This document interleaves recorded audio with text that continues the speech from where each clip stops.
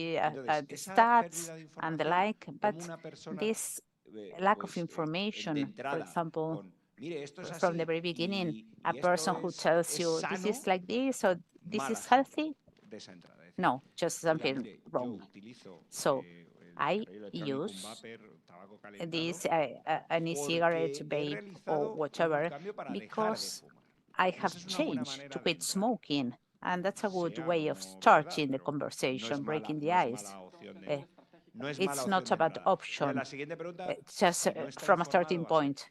And the second question, if there's no information, it's really bad, but scientific studies that can be checked in the public health of England, or something very basic, which is easy to understand, or Cochrane, which is very, or UK Cancer Gov, or just, you will see that those studies have scientific support, and they say that it's not the same. I'm not saying that it's good, but it's an option, and it's an option which there's no doubt is less harmful than the other. So this is a good way just to call the attention or attract attention, for example.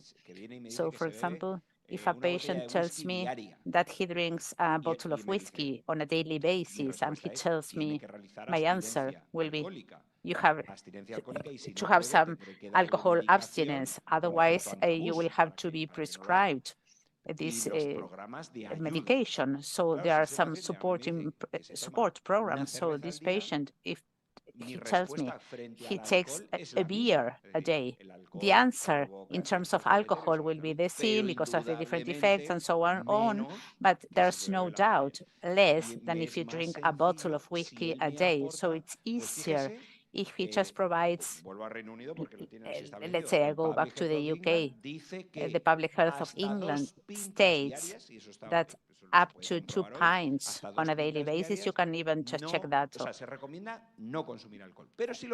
So they just advise you not to take alcohol. But if you take up to 2 pints a day, let's say it's a responsible consumption. Let's say we can talk, for example, in terms of tobacco and use of nicotine. So we can talk about responsible consumption. So I understand the point of view of the users because I see them here. So there are different ways of vaping among you. So I'm just really convinced that when you just say, oh, look at the way he's just vaping. I don't know if you talk about that or just maybe if you talk about just adding more or less nicotine, or you want that's 222 or just something different. I don't know.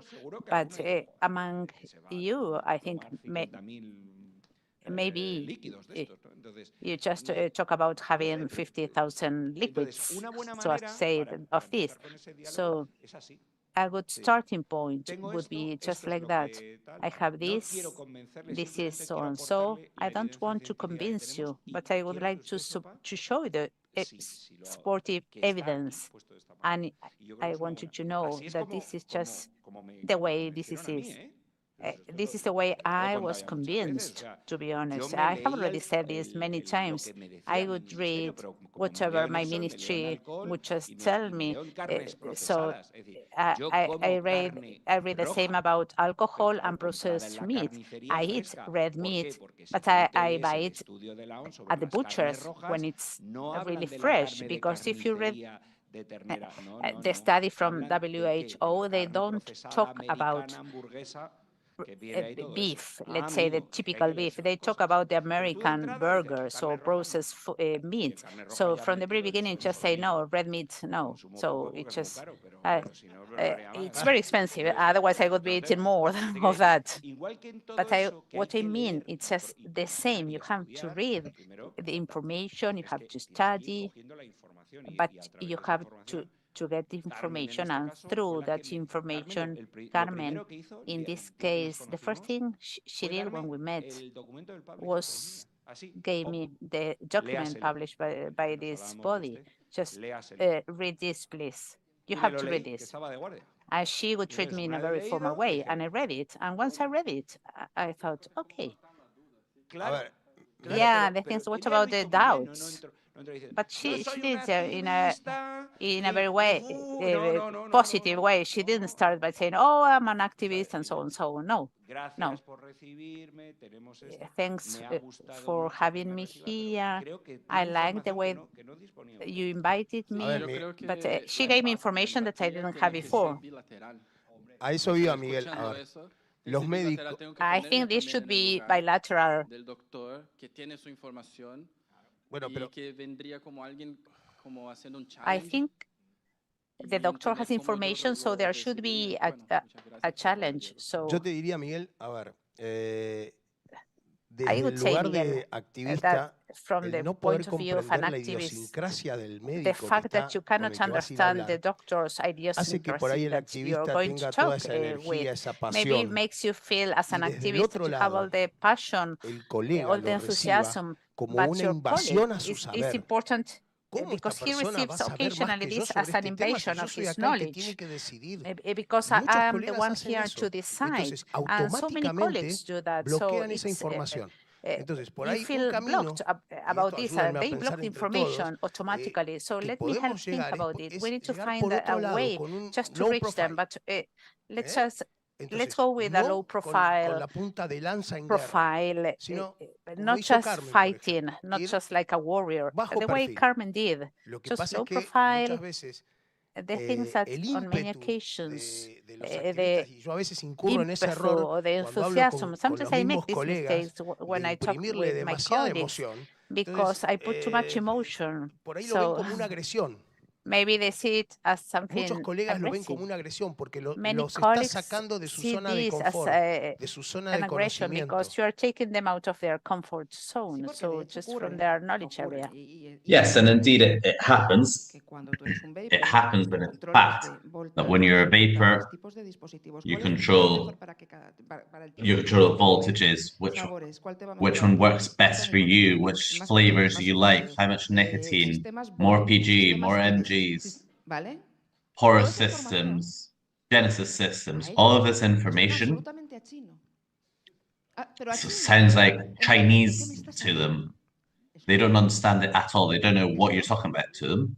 Logically, obviously. But if that's how you go in, the doctor will see that this is a topic that he doesn't control. And it's true that empathy is needed from doctor to the patient, but also from the patient to the doctor. Ellos se creen, de hecho, mira, hay 1000 guerras en Twitter, las hemos visto todos. There's 1,000 Twitter wars. We've all seen them. We've seen health experts, pharmaceuticals saying why can't we sell this?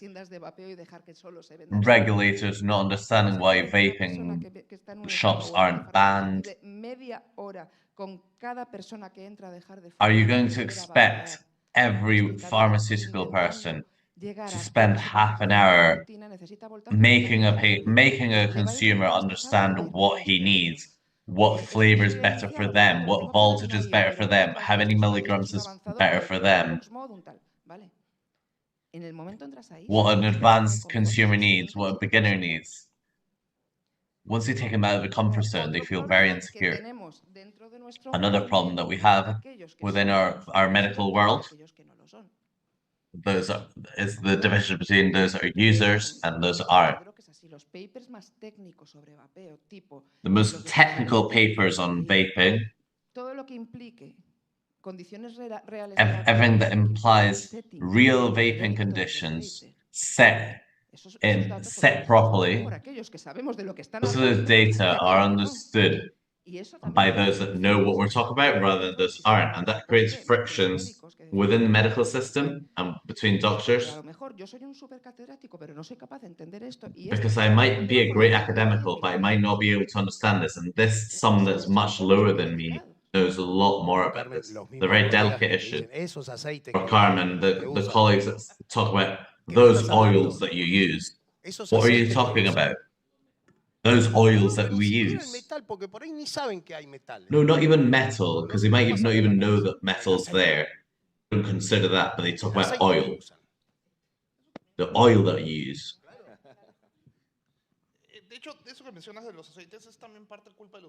And that you mentioned about oils, sometimes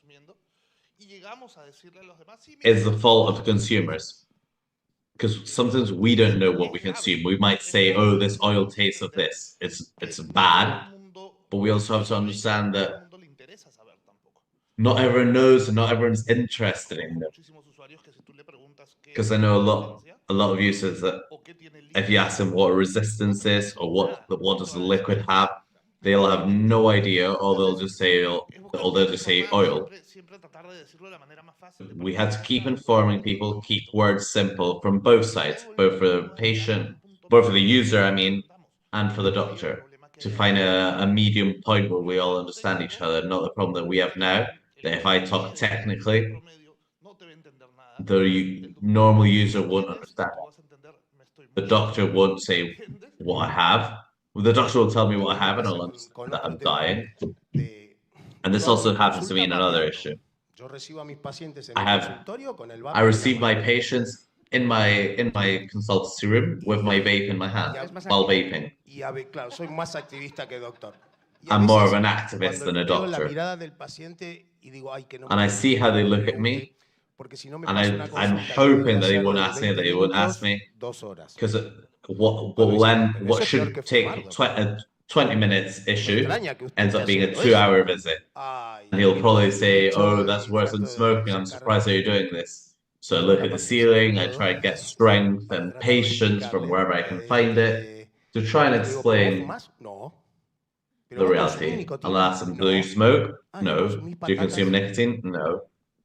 Oh, you don't eat potatoes? Yeah. You don't eat tomatoes? Yes. So you're consuming nicotine. And they open their eyes very wide, big as 2 moons, and people don't even know and doctors don't even know the sources of nicotine.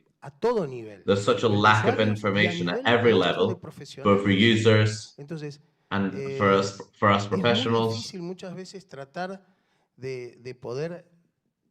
So it's very tough to be able to be sympathetic with our own colleagues. There's a question from the public. Yes, and it's more sharing what you're saying about information, misinformation. I'm a doctor in Mexico, and I'm not a tobacco user or a nicotine user or a vapor, but I do consume cannabis. And I'm based on alternative medicine, specializing in cannabis. See here is that what reduces the breach between the verticality, or to make it more horizontal, in my experience, is the patients that have come to me that have already tried everything. They've been through every sort of medicine, they've tried every doctor, and that's when they reach me. And it's when they say, you that know about this and that you're probably a user, they'll probably say that, oh yeah, I already smoke, I already consume. Or they can not be patients or just users that have reached out to me and asked me to guide them. I want to consume in a better way, to reduce my damage, to be helped out by me. And then this is part of what we're talking about here, about evaluating the risk, reducing the damage and the risk, and what you were talking about, how to handle pleasures. This is an issue that's starting to be talked about, I think, and evolving, because we all have the right to do whatever we want and what gives us pleasure. But we also have to be taught, we also have to teach how these pleasures can be used.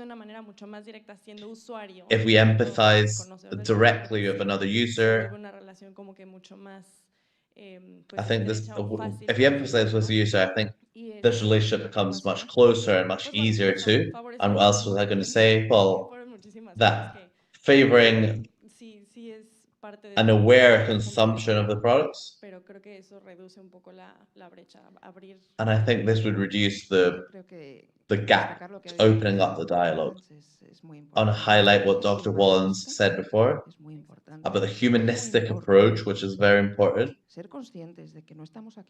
It's very important to be aware that we're not here to judge people.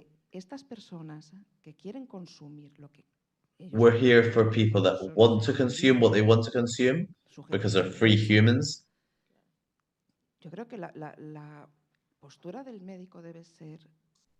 The doctor should provide all of the information available for people to take informed decisions on their health. Okay? We're not here to judge anyone. If you give your patient And for a good information, he's not a 2-month-year-old person. He's an adult who will make decisions based on the information given to him by doctors or what finds available. That's the posture of many of us that are up here, but the establishment, especially when talk about pleasure, they don't seem to agree that much. But many of us that see pleasure as a part of life and as something necessary in our lives, it's different. That's what I was referring to when people self-medicate. Because people's lives are tough. If it wasn't for this, our lives would end a lot worse. Lo único, o sea, los usuarios no vienen al médico. Users don't come to the doctor. They come to the doctor when they have a health issue. A los médicos es porque pues, me duele una rodilla. All of us that go to doctors because, well, our knee hurts, or I have a cough, or Yo no he visto a nadie que vaya rash on my nose. I haven't seen anyone who comes over and just says that, oh, I want to handle my pleasure and then vape it. That doesn't happen. A ti te contarán un problema que tengan. Y en base a ese In your case, they'll tell you a problem that they have, and based on this problem they have, they'll probably say whether you're using marijuana or using CBD or using THC in an oncological treatment, for example, which is talked about a lot. A patient can come and talk to me about this, saying that they're consuming 25 grams of morphine in patches. Asking, can I use this? Yeah, of course, because it's a coagulant. It's another help, not a coagulant. Further help. If I'm told that this cures cancer, well, they're wrong.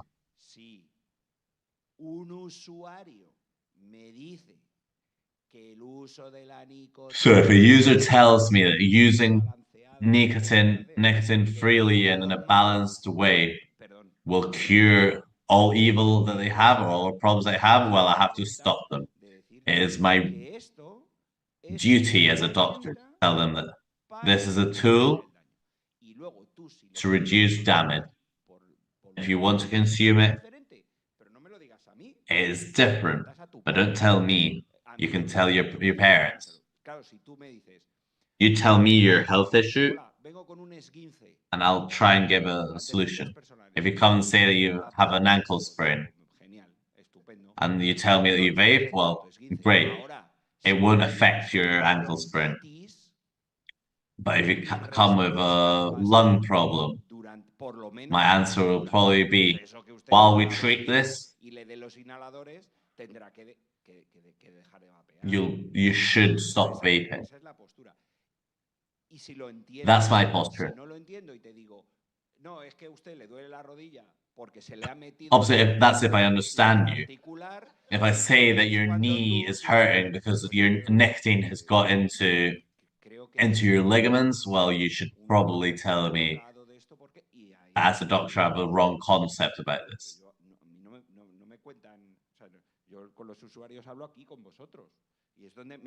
The users I talk to mainly are you guys here when I'm told about all of these issues. But in a day-to-day life, this doesn't really happen. They'll tell me how many cigarettes they smoke, or if they consume cannabis, or if they vape. How many units of alcohol they drink a day, and I'll write it down in the records. And of course, I totally agree with Carmen that we shouldn't judge people, not just doctors to patients, but patients shouldn't judge us either. I have alcoholic patients. I try and get them to abandon alcohol, but they probably got to alcohol thanks to other problems that they have. I can't just judge them and say a madman. I imagine that most of my colleagues try and do the same thing. You've probably met others that don't, just like in any aspects of life, but you know what I mean. However, what does happen, varios doctores me han comentado, en Latinoamérica ocurre. Yo sé and something that doctors have commented to me, especially in Latin America, and they'll say that if he's smoking, he'll remove their treatment. How much have smokers been stigmatized to reach this point that medical assistance is denied? In Spain, this doesn't happen, except in lung transplant and liver transplants. Patients that go through liver transplants or lung transplants have to, and it's understandable because it's something very serious. It's not due to stigmatization, but because of the probability of that transplanted organ having a bigger effect in the long term is a lot better if the patient leaves these substances. But I deal with people every day. I try to get them not to smoke, but if he smokes, I'll tell them that there's bigger chances of having bigger problems, that their lab tests will be worse. We have to give them information. That's what I recommend. And if he doesn't do them, well, it's free not to. Yes. Informing the reality of what the patient is going through is very important. And as we were saying before, the final decision will be taken by the patient. We have to give a correct recommendation and give the right information to them. When we talk about harm reduction, many of our colleagues aren't informed, and they have wrong information sometimes too. So we have to analyze the fact that the doctor himself is the first one in all of this change that should be well informed with a positive source. But as I said, the original sin comes from this super state that is the World Health Organization. So from that down, it becomes a big problem. So what can we do? Let's say that we're getting along better. We get along good. How do we inform the people that aren't a part of this equation? How do we cooperate amongst each other for that line that ends in the regulation of these products that has wrong arguments? How can we improve all this? I think this is a very complex question because most of us have been trying for many years and haven't had people before them do it. But in all honesty, all that's worked is just to keep insisting, bring more new information, change the speech, talk more about people, to show ourselves as activists, as people too, until someone hears you. Once someone hears you, if he understands your idea, he'll start speaking to his colleagues, and more doors will open, and this system will keep growing. You can see it here. The first time we met up here, there were no doctors, and now we have them here. 3 doctors here, a couple of doctors down there.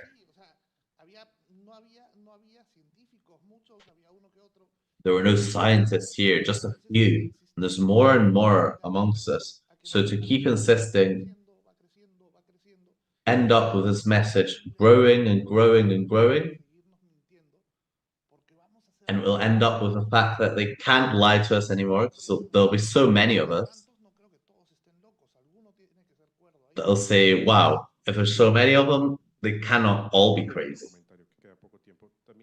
A quick comment, as there's not much time left. I also believe that the doctors that have understood the value of harm reduction, knowing that there'll be questioned by their own colleagues.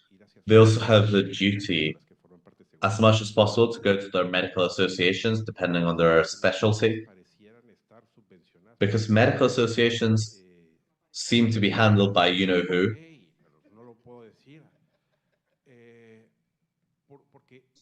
Maybe I shouldn't say this, but to a certain point, medical associations have a huge influence on regulators.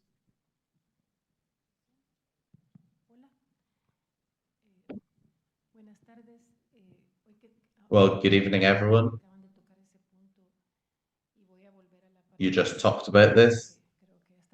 I'm going to go back to a word, which is education.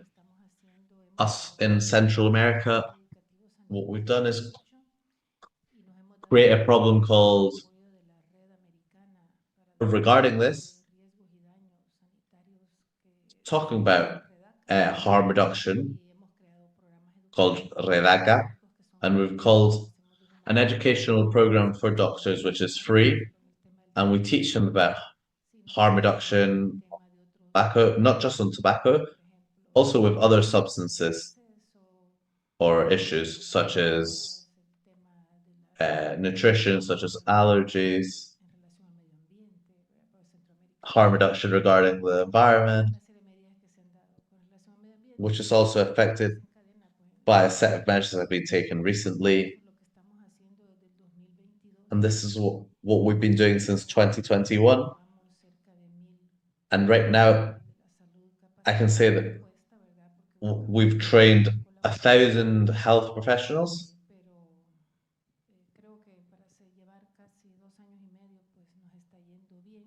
To have done this in just 2.5 years, I think we're doing really well. The collaboration from the Medical School of El Salvador, who's opened the doors completely, has been great. We've worked with doctors and surgeons in Guatemala. We have a strong group of people collaborating in Costa Rica. And we're moving and spreading little by little at Redaca, having doctors in Curaçao, Brazil, Argentina, who are aligned with this harm reduction. And this is how we've been working. We've created a journal, a bulletin. We have our social media, we have our website. And that's where we publish everything. The only way of doing this is by reaching the doctor, as he's the source that gets consulted the most. We also teach psychologists, nutritionists. We're running out of time, so I want to answer what you said. We know the work done by Redaca. I want to congratulate you. What happens, however, is that this should be something done on a world scale. Every country has their own context. What Redaca is doing is great. I imagine the political context helps in those countries. But in 95, 99% of the countries, doctors that try and form other doctors or point to their fingers, their position is put at risk. I have academicals that have been kicked out of their universities simply for wanting to investigate harm reduction on tobacco. Imagine what could happen if a doctor in Spain, and I'm not going to Mexico or an Asian country such as Thailand or India, most of Latin America, in fact. I'm not going there. I'm staying in Spain, and there's many places where harm reduction is censored so much, and it happens within universities, and I've experienced it myself. Fernando has too.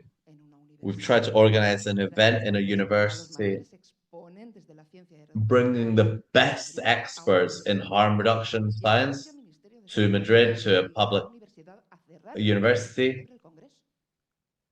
And the public health organizations forced the university to close down this conference. Imagine what it's like.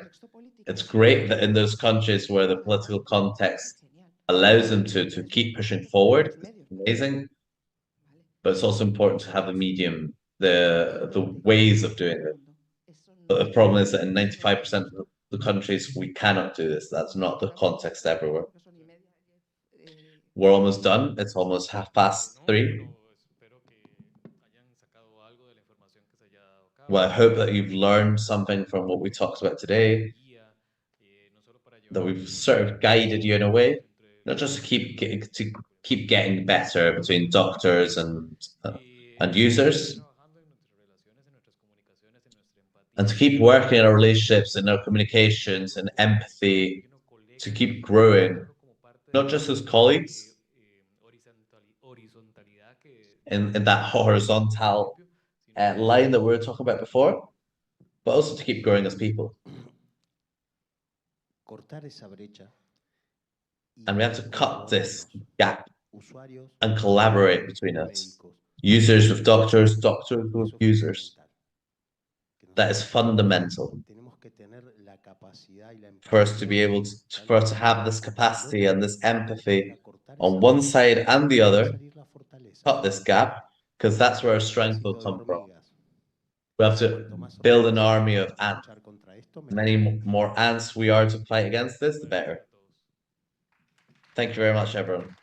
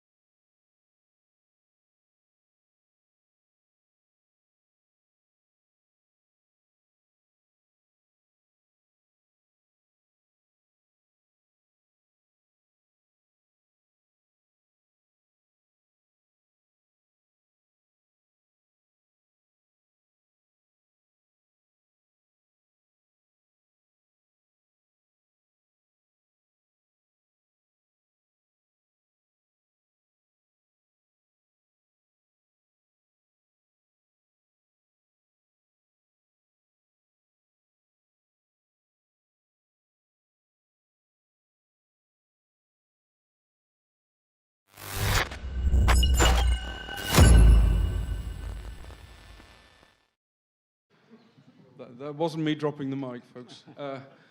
All right, everybody, good afternoon. Welcome to the final panel of the day, which is on regulation legislation, its impact on health and economics.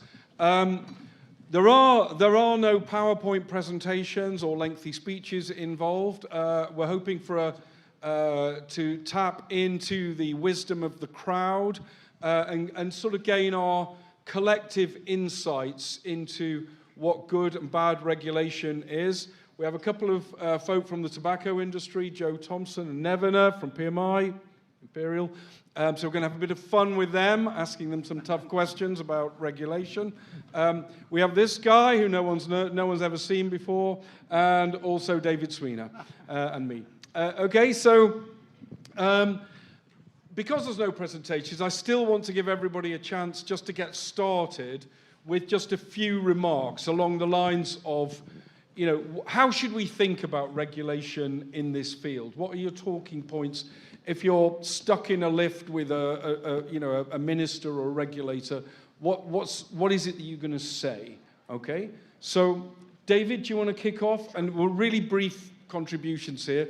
Then we'll open up. I'm going to start interrogating the panel. Then we're going to get questions from the audience, points from the audience, and we'll also interrogate the audience. We're not going to put up with any nonsense. You know, there'll be challenge in all directions. Okay, David. All right. I think if I were to talk to a minister who's in a position to be doing something on this, finance minister, health minister, we can pretend it's combined portfolio. First, regulation is not something where you can control behavior necessarily. You've got to figure out what's happening in the market. There's a limit as to how much you can move a market. You can facilitate things, but think of the stuff that's worked before. You know, why is it people are eating sanitary food and having science-based pharmaceuticals and having safer cars? What were the things that worked? How did regulation work with market forces, with consumers? And in terms of thinking this one through, to also say, if you look at your legacy, what are you leaving behind? You know, someday you're going to be done with your political career. You know, you're going to be at your cottage in your plaid shirt and your rocking chair looking back over your career. This is an area where you can make a really big difference. But you're going to be opposed by a whole lot of people who you think should be your allies. So you should be prepared for that. And you have the opportunity to do something really incredible if you get this right. All right, very good, David. Joe, why don't you go next? Thank you. I think if I was briefing a minister, I'd be advocating that actually the tobacco harm reduction equation is the framework that shows how alternative nicotine products can have a positive impact on public health by reducing demand and therefore supply of combustible cigarettes. It includes all of the elements to the framework that are required if properly followed and enforced. It addresses product risk. It addresses consumer acceptance, which breaks down into appeal for adults, use, no good having a product with reduced risk potential if no one uses it. And it also addresses the unintended use consequences. So that would be the framework that I'd be advocating.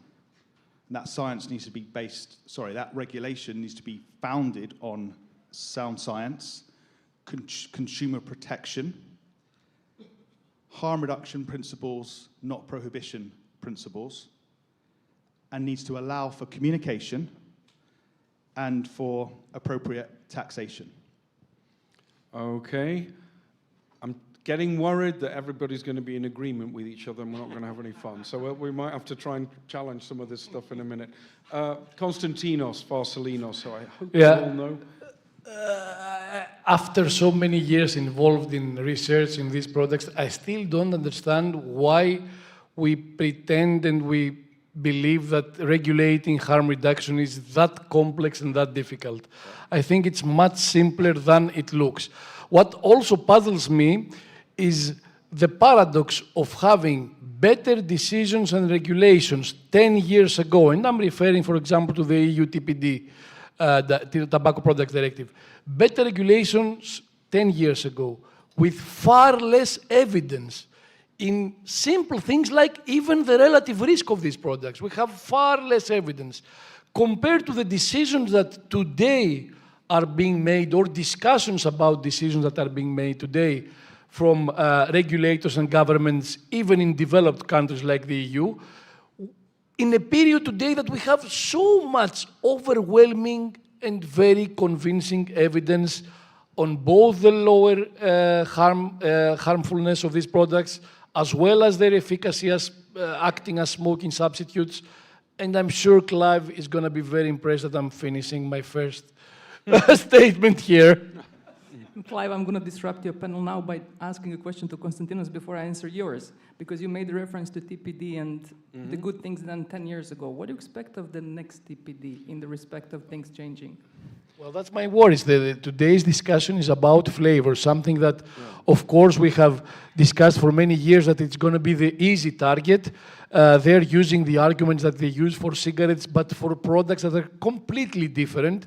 And they're using the same emotional arguments as then, but all these arguments are completely invalid because the end result, if they implement restrictions or prohibitions on flavors, is that they're not going to protect anyone. The black market that is going to be created will target specifically youth as being the most vulnerable group.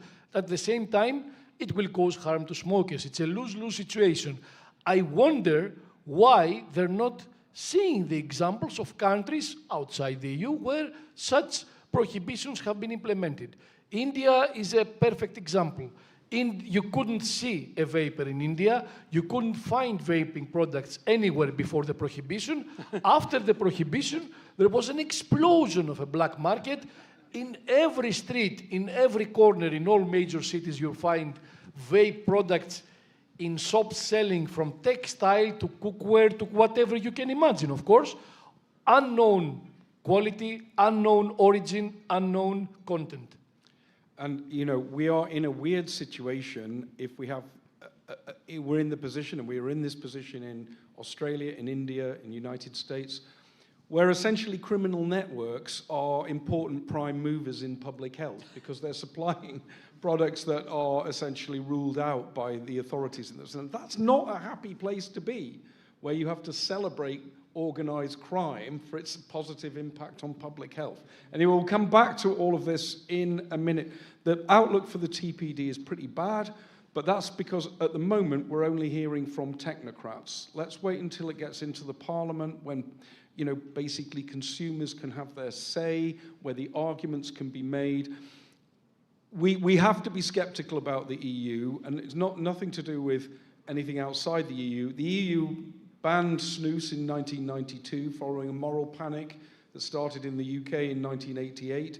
It banned it again in 2001. It banned it again in 2014. It defended a legal case that would have lifted the ban in 2017. It shows absolutely no sign of lifting that ban now, even though the evidence is absolutely overwhelming. So that you should lift it and you should let it have its play. And that should give us a sense of some skepticism about the role that science, Joe, plays in actual regulation as done in practice. But anyway, I'm interrupting. Nevena? So I'll go back to the first question. So what I would say, you're right, it's difficult to be the last. I was hoping not to be after David and Konstantinos in particular. Let's try to take a spin at it anyhow. So I would say that nicotine use is here to stay. It's been with us as humanity for a very long time, and not significantly reduced smoking rates for the last decade or two prove it. What we also see in the last 10 years, there has been proliferation of new non-combustible products that are better alternatives to smoking, and people are actually switching to them. So the question to the minister, or rather suggestion, is to really help facilitate that process, because it's for the benefit both of the consumers, of the government, and industry actually has a role to play. Because for any transformation of the industry is best placed to do it. It can be a complete disruptor, Tesla, startup, in terms of electric cars.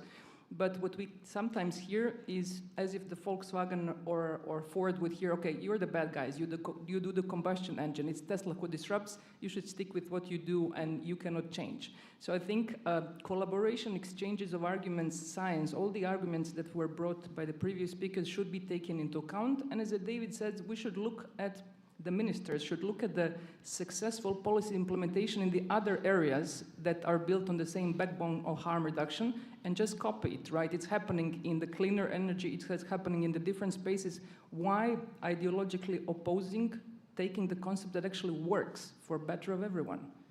Okay. Some really good points in that, but I want to draw out one because I think it greatly affects how we think about regulation. And I think you said something to the effect, Nevin, of the demand for nicotine is not going away, okay? Now, if you work on the basis that nicotine demand is sort of persistent and inevitable, rather than something that is either going to decline with smoking or decline just because nobody really wants to do it and are just doing it against their own will, would perhaps you'd approach regulation in a different way? If you're aiming for, if you think it's possible and you're aiming for the nicotine-free society, do you have a different approach to regulation than if you believe that nicotine is here to stay, maybe like, on the evidence of last night, that alcohol is here to stay, or caffeine is here to stay, or cannabis increasingly is here to stay? Do you approach regulation differently in that case? Do you want to comment or just maybe get a couple of thoughts on this from the panel? My brief answer is yes, but nobody here gives a very brief answer, so neither will I. So if your approach was in that way, if you think that it should be a nicotine-free society, then the harm reduction doesn't matter, because you're not trying to encourage something that will maintain the level of nicotine because people will continue consuming it, but will be less harmful for them, because it doesn't matter if your final culprit is the nicotine. And what Global Forum of Nicotine has been trying to do for a long time is kind of to clear many of the misperception of the nicotine is. So I think if the end game is nicotine-free society, it's a very different approach to regulation, because you won't eradicate the whole thing. Okay. Any other comments on that point, Joe? Cool. Yeah, I think it's wholly unrealistic. Australia is the great example or case study of where they've tried to stop an element of nicotine in society through prohibition, and we've heard, over the last couple of days, some of the stories of what's happening there. So I think it's wholly unrealistic to try and regulate consumer demand for what consumers are requiring.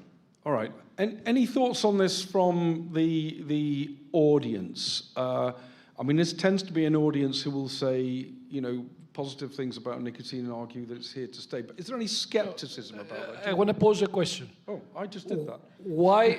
I mean, it's very similar to yours. Why should the question should be? Why should we be aiming for a nicotine-free society? Yeah. I mean, yeah, your question addressed how's the regulation going to be if we aim for a smoke-free society. But why should we aim for a nicotine-free society? Maybe to get funding from Michael Bloomberg? Yeah, that's one argument, yeah. Not a very convincing one, but... Well, okay. Let me put this a different way. Well, let's get some comments from the audience. I'm directed that. Does anybody sort of feel that the demand for nicotine is something that, it's a sort of anachronism left over from the 20th century? Nobody really wants to do it. So people only do it because they're like addicted. I mean, if you listen to the tobacco control view of nicotine, the story goes something like this.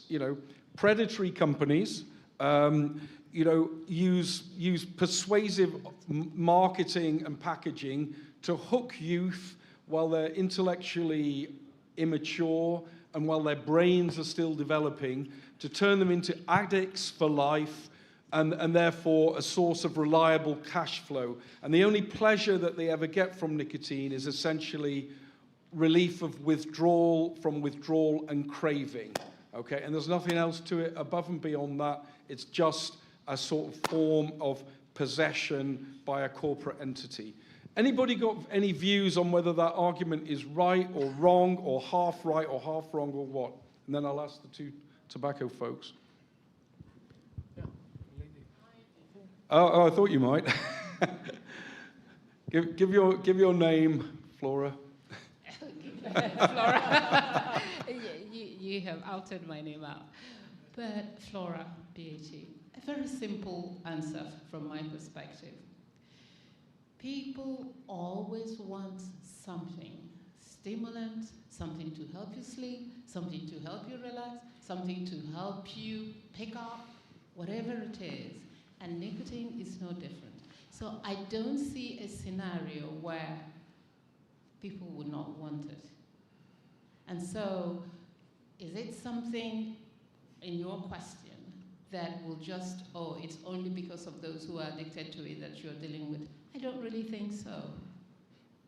And so the talk about a nicotine-free society, for me, is so unrealistic that it will not happen. All right, let me get something from, I know this feels like a bit of a diversion away from regulation, but believe me, it isn't. I think it's very important if you believe that demand for nicotine is persistent, you're regulating a continuing market in nicotine rather than regulating to eliminate it. So has anybody got a neat way, particularly people who use nicotine in the audience, has anyone got a neat way of explaining why there is a demand for it? I'm someone who's never used nicotine, so if I was to put my theory that I just put forward, the way that the tobacco control community describe it, how would you say to me, no, you're wrong about that, the use is for the following reasons? Who'd like to have a crack at that? Oh, all right, we've got one over there. I can't see who it is. Oh, it's Norbert. Excellent. Say you are, Norbert. I'm Norbert Ziller-Schmidt, German Consumers Organization, IGD, and I think nicotine-free society is a rubbish concept, just as much as a caffeine-free society would be a rather rubbish concept. Nicotine is in many ways just like caffeine for the user. It is a stimulant, it relaxes, and if you overdo it, you get a headache. Okay, that's not bad. Anyone else got anything to add to that? I'll come back to the panel and let's get a bit of audience input here. At the back, Martin, I think there's a bit of a Bermuda Triangle over there where there's a massive light in my eyes. So if you need to gesticulate more violently if you're in that corner or that corner. But I will catch you. Martin Cullip, Taxpayers Protection Alliance. The way I always explain it is, in 2016 they found, architects found nicotine or tobacco seeds being used by people 12,300 years ago, and I don't think anyone sold them to them. So nicotine's been around and in use for years, well before people decide to sell it in a packaged form. So there wasn't any marketing or fancy packaging in 12,300 before the present era? No, and it's such a popular drug that, of course, Vlad the Impaler, didn't he put people on spikes if he caught them smoking? But it didn't stop them. So I don't think anyone in this modern world has got any credibility if they think that they're going to be all of a sudden the great godlike people who are going to eradicate nicotine use entirely. Okay, so I think this is quite a good starting point, because if we all accept that, and not everyone does, in fact most people don't, accept that the demand for nicotine is essentially permanent and fairly resilient, it's going to change, maybe the next stage is to accept that, well, people can use it in different ways, okay? Now, what stops people immediately going to the safest form? Who wants to have a crack at that? The everyday, all-day propaganda against harm reduction products, which in reality shows that it's becoming more of a goal to attack these products instead of combating smoking. That's what the WHO is doing when 3 days ago they tweeted, what is the product that looks nice, smells good, and is designed to kill? A vape. That was the response. So when you see things like that, when you see delivering dirty ashtray awards during COP10 to the countries that raised the issue of harm reduction and wanting to initiate a debate for harm reduction within COP10, and they got the dirty ashtray award because they were basically preventing the WHO and the FCTC from taking decisions and accelerating their decisions. Well, it's more than obvious that we're facing an anti-nicotine crusade. And, you know, theoretically, we can have an anti-nicotine society in the same way that we can have an non-pleasure society, a free nicotine society, a free non-pleasure society. So eliminate any pleasure effect because it's not essential for survival, but then we're forgetting that it's essential for the quality of life. Okay. Do you want to comment, Joe, David? Yeah, I'll comment on that. Or on your question, I don't think consumers know. I don't think they know which is the least risky form. We can't tell them. I thought the UK, until recently, had done a fairly good job of having a clear and consistent message around switching to vaping. That's changed of late, but I don't think consumers know. I think that's one of the challenges. Can I just follow up on that, David, and then you come in? Do consumers act rationally in the way that sort of public health people think they should? That they should, you know, that they should, because it's a lower risk product, obviously they should move to it, you know? Or are they taking a lot of other things into account?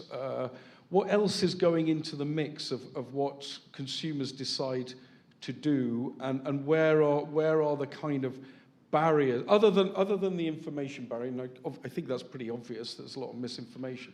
But let's say everybody was crystal clear on the respective risks, and the knowledge about the risks was clear and reliable. Isn't really, but if it was, would everybody just suddenly flood into these products, and what stops them? I think that the challenge there is that the products aren't good enough yet. They're not meeting all of a smoker's needs.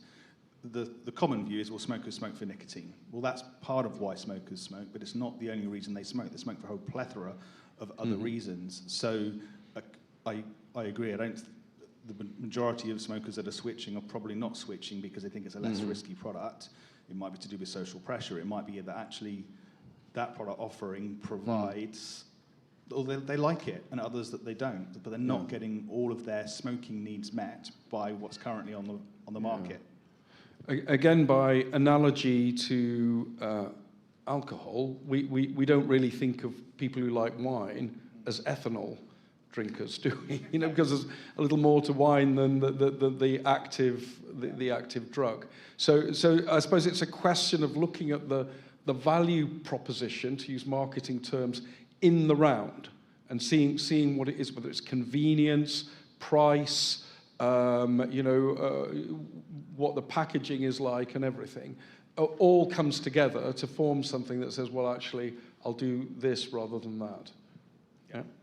David, did you have a comment you were about to make? Yeah, a couple of them. I think on the idea of are we ever going to have a nicotine-free society, one of the hallmarks of consciousness is that we seek to alter it. And we alter it in all sorts of ways that we find beneficial, and not just human beings, but any other species where we can determine anything like consciousness. So, of course, we're going to have these things. Will people move to the lowest possible risks? People can only make as good a decision as the information and the options available to them allows. And it has to be a consumer offer that makes sense to them. And I think that the bottom line is you have to at least start with that and see how far do you get. In the history, when we look at moving to far less hazardous products and services, is that consumers do this. And sometimes they do it very quickly, like the move to sanitary food. Sometimes it takes more innovation, like the move to science-based pharmaceuticals, safer automobiles. But we've seen people make these decisions, and it's the reason we live twice as long as people lived, 120 years ago. So I think we will see those changes, but they are consumers, they are individuals. It's a matter of empowering them to make decisions that would be better for them, but it's their decision what they're going to do. Oh, okay, I'm going to just sort of change direction slightly. I think we've established that nicotine products, nicotine demand, nicotine consumption is here to stay, at least in this room, probably not in like the rest of the world.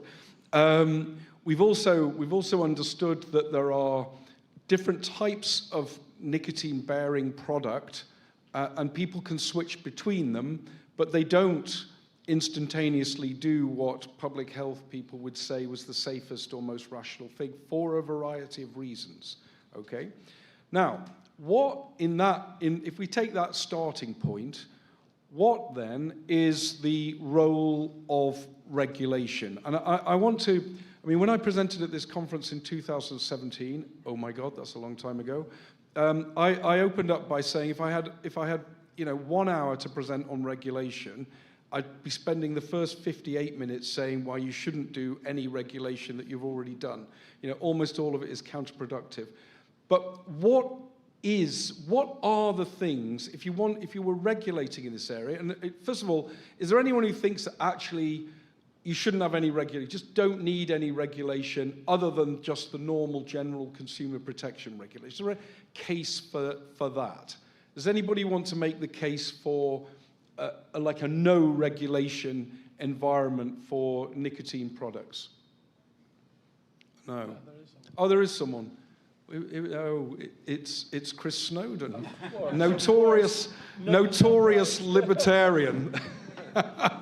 Let's get the libertarian perspective on regulation, because believe me, it's worth listening to. Go on. Well, I don't know if I can really make the case for it. So I think people need to make the case for the regulations themselves. I mean, you said that you are taking it as read that there will be normal consumer regulation, so the batteries aren't going to explode in e-cigarettes and the snus is not going to have rat poison in it or something. So what are we talking about? We're talking about allowing it to be advertised. Well, absolutely, everything legal should be allowed to be advertised. Again, within normal bounds of, it has to be, in UK, the system is based on adverts have to be truthful, honest, and something else, legal, perhaps. I can't quite remember. Why would you be against anything that's truthful and honest? So let everything be advertised. Taxes, I assume that you would include sin taxes as part of the additional regulation. Well, there's lots of reasons not to do that. They are regressive, for one thing. They are very rarely actually economically justified, even in the case of products which are harmful to health. There isn't, if you look at the overall economics of it, the cost to the state, various public services, you factor in things like pensions and other welfare payments. There is the macabre truth is actually unhealthy products that kill people tend to save the government money rather than cost the government money, so there's no grounds for tax on that basis. Or Pigovian taxes, as you would say. What else is there? Stupid things like display bans, plain packaging. A lot of this stuff doesn't even work on its own terms, aside from being unnecessary in the first place. So why would you have legislation that doesn't even achieve its outcomes, particularly when it has unintended consequences? So I can't think of any particular piece of regulation that's been applied to tobacco products or e-cigarette products which have really done any good at all. All right, we're going to end the session there. No, only kidding. Okay, but I think whatever you think of Chris's views on what doesn't work, there's a basic argument there, is you can't assume, or you shouldn't assume, that regulation is inherently justified. It has effects, it limits what people can do, it sometimes limits choice and everything. So a regulation has to be justified on its merits, and those are sometimes simply an illusion. They are not there, and we'll probably be talking more about unintended consequences and trade-offs as we go along. But let's start from Chris's challenging starting point and get a sense of where people do think regulation is justified and what the arguments for and against that are. And then we'll look at where we think regulation is not justified and what the arguments for and against that are.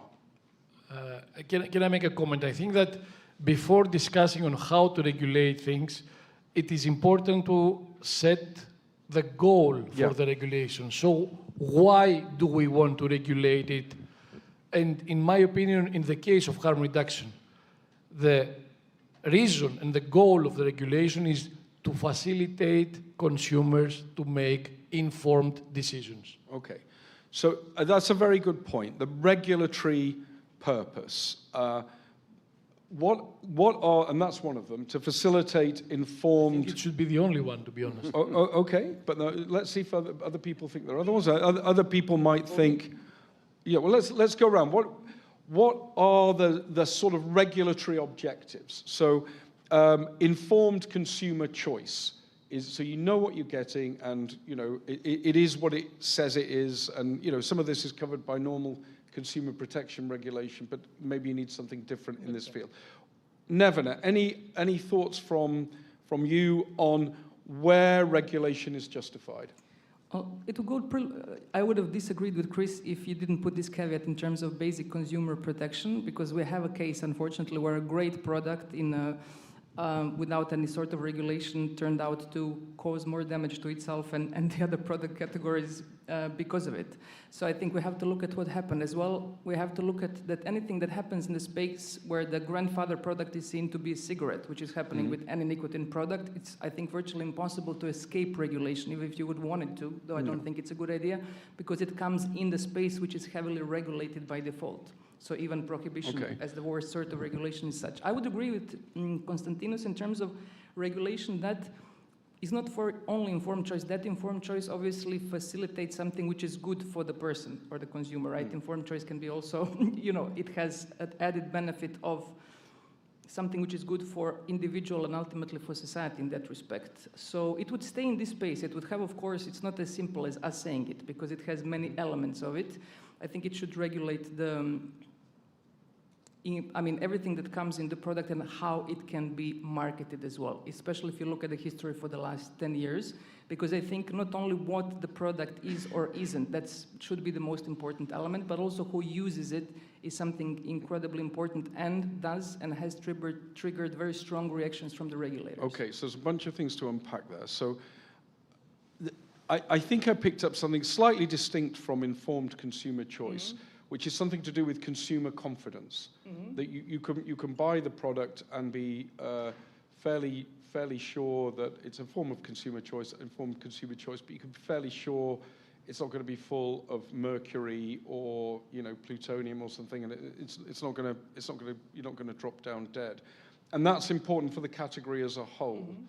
Now the alternative to that is a sort of buyer beware sort of approach where people gravitate to trusted producers and brands and everything. What's wrong with doing it that way? If you follow sort of Chris's logic, what's wrong with doing it on a, you know what you're getting if you buy from a trusted firm, and if you want to buy from a cowboy, that's your hard luck. You take a risk, it might be great, but you might end up not well. If I would be a government, and this is a question in this respect, that's an undesirable scenario, right? Because yes, you leave a full consumer choice, but let's be honest, we like to believe as human beings we're rational. In majority of cases, we're not. And I think you leave it in this buyer beware. It's your responsibility. So at your peril or your success, I think government role is to do a bit more than that. Exactly for the reason that we know people are sometimes making the choices which are suboptimal for them. Back to Konstantinos' point, regulation is to some degree there to ensure, assuming that the government has the authority as it trusts, which we see unfortunately eroding in many places in the world, that this is something that is better with a stamp, let's put it. Okay. Besides the brand of the company. I'll try to say that in a more polite way, because I found them a bit impolite towards the consumer. I don't think that they are irrational. They're just not experts or not able to understand what the criteria of choice is. And then they are, of course, influenced by other factors like the cost. And we know that lower quality is associated with lower cost. So this lack of expertise, of course, defines the need to create some quality criteria within the regulation. But I don't think it's because people are irrational. Yeah. It's because people need some guidance for something that they don't understand very well because they haven't studied it. Yeah. So, in sort of regulatory speak, that's about addressing information deficits or information costs. You can't, if you want to buy a vape, you can't suddenly train to be an aerosol chemist and understand all the things just on your way into the shop.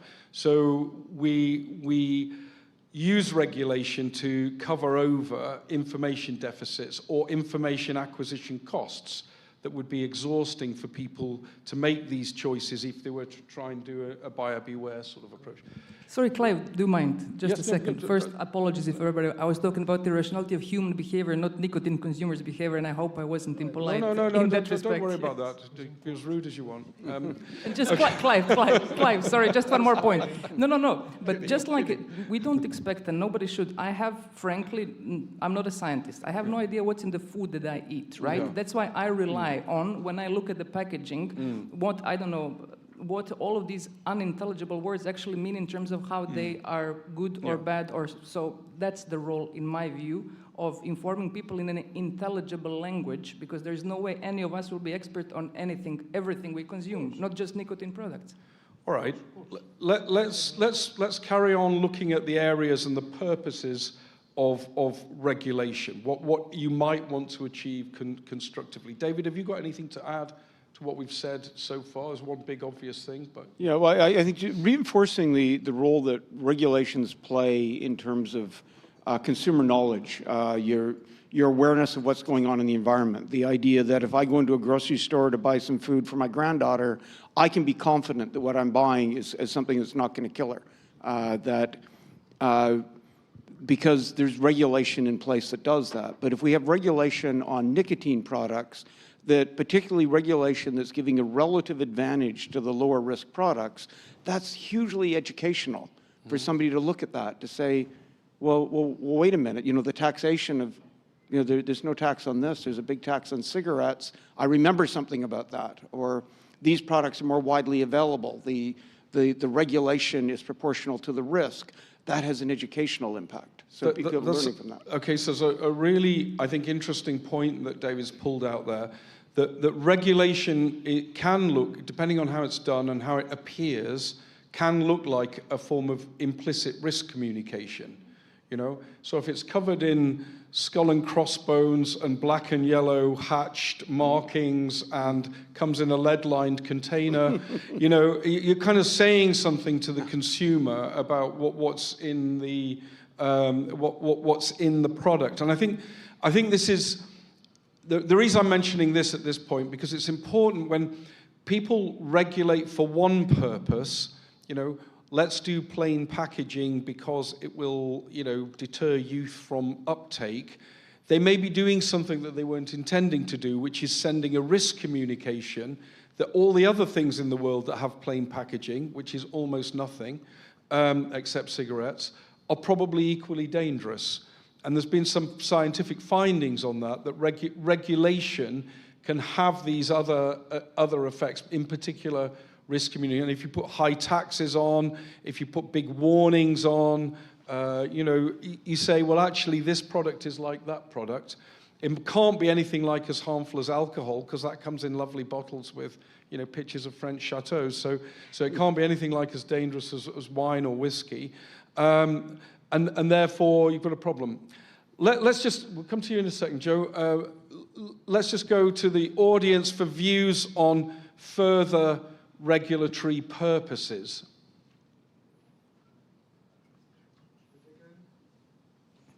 On the topic of regulating communication and advertisements, I think we should look at a very prominent example where it didn't work at all, the prohibition of cannabis.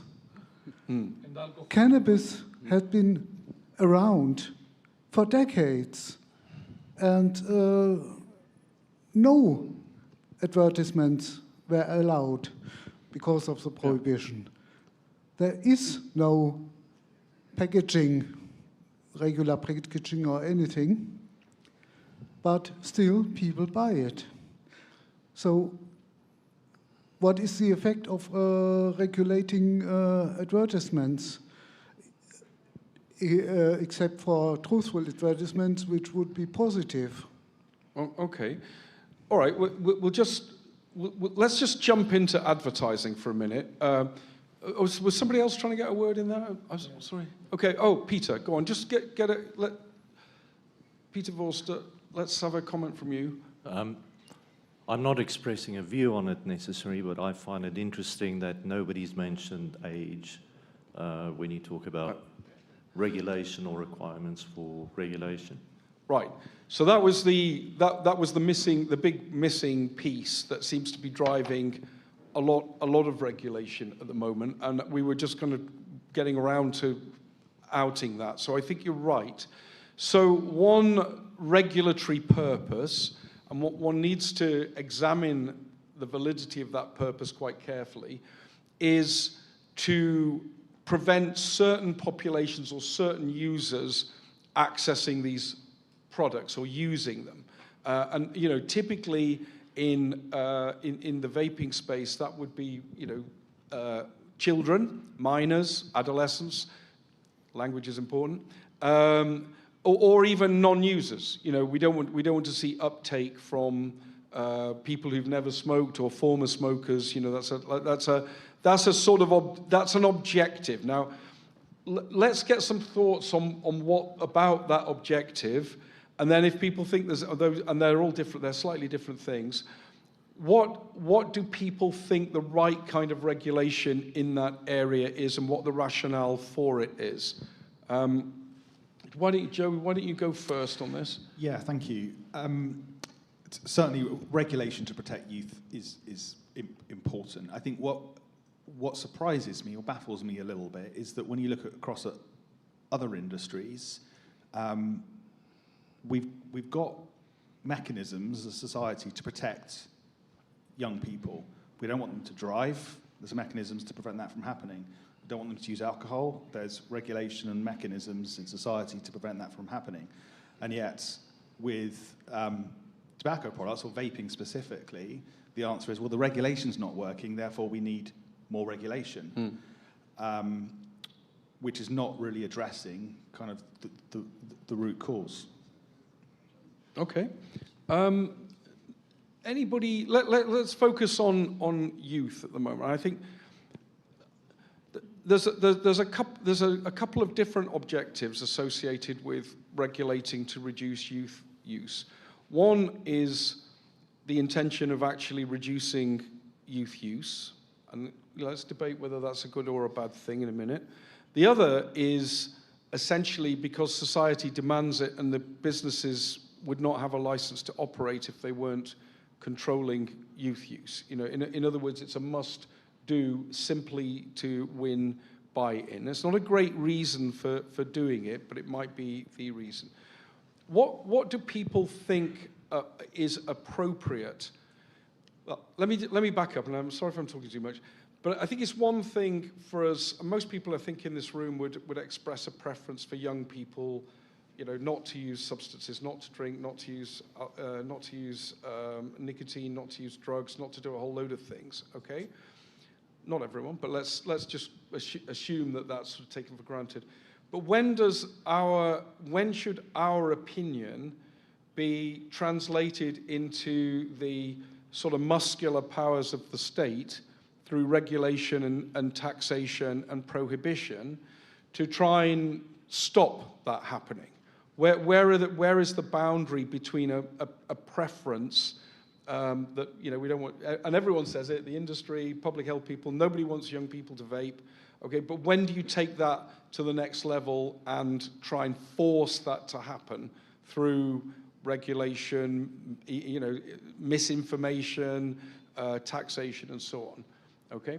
I think the ethical way of doing that is to do it until the point you start punishing other population groups in order to supposedly protect those who need to be protected, like, for example, minors.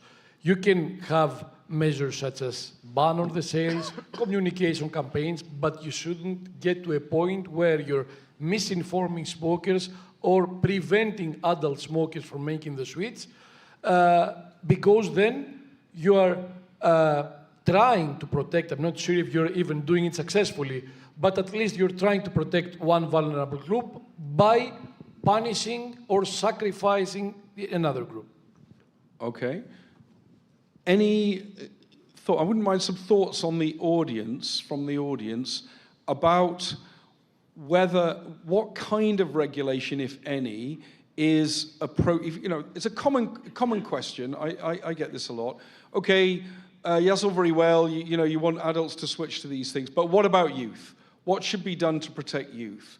So just hang on, Norbert. What's the measures that people who are pro-harm reduction, pro-vaping, pro-freedom, what's the measures that they should be talking about when it comes to protecting youth? What's the agenda there? Let's have any thoughts from there's some obvious ones, so it shouldn't be that hard. So come on, let's have some views on that. All right, Norbert again. Has anybody else got any thoughts, please? Yeah, Bent.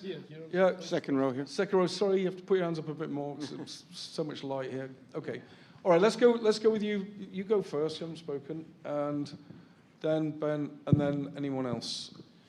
I'm Chase Wallace from THR.net. I think it's a great question. You know, how does that age-specific regulation take place? I think one of the big things to look at is risk-proportionate taxation and messaging.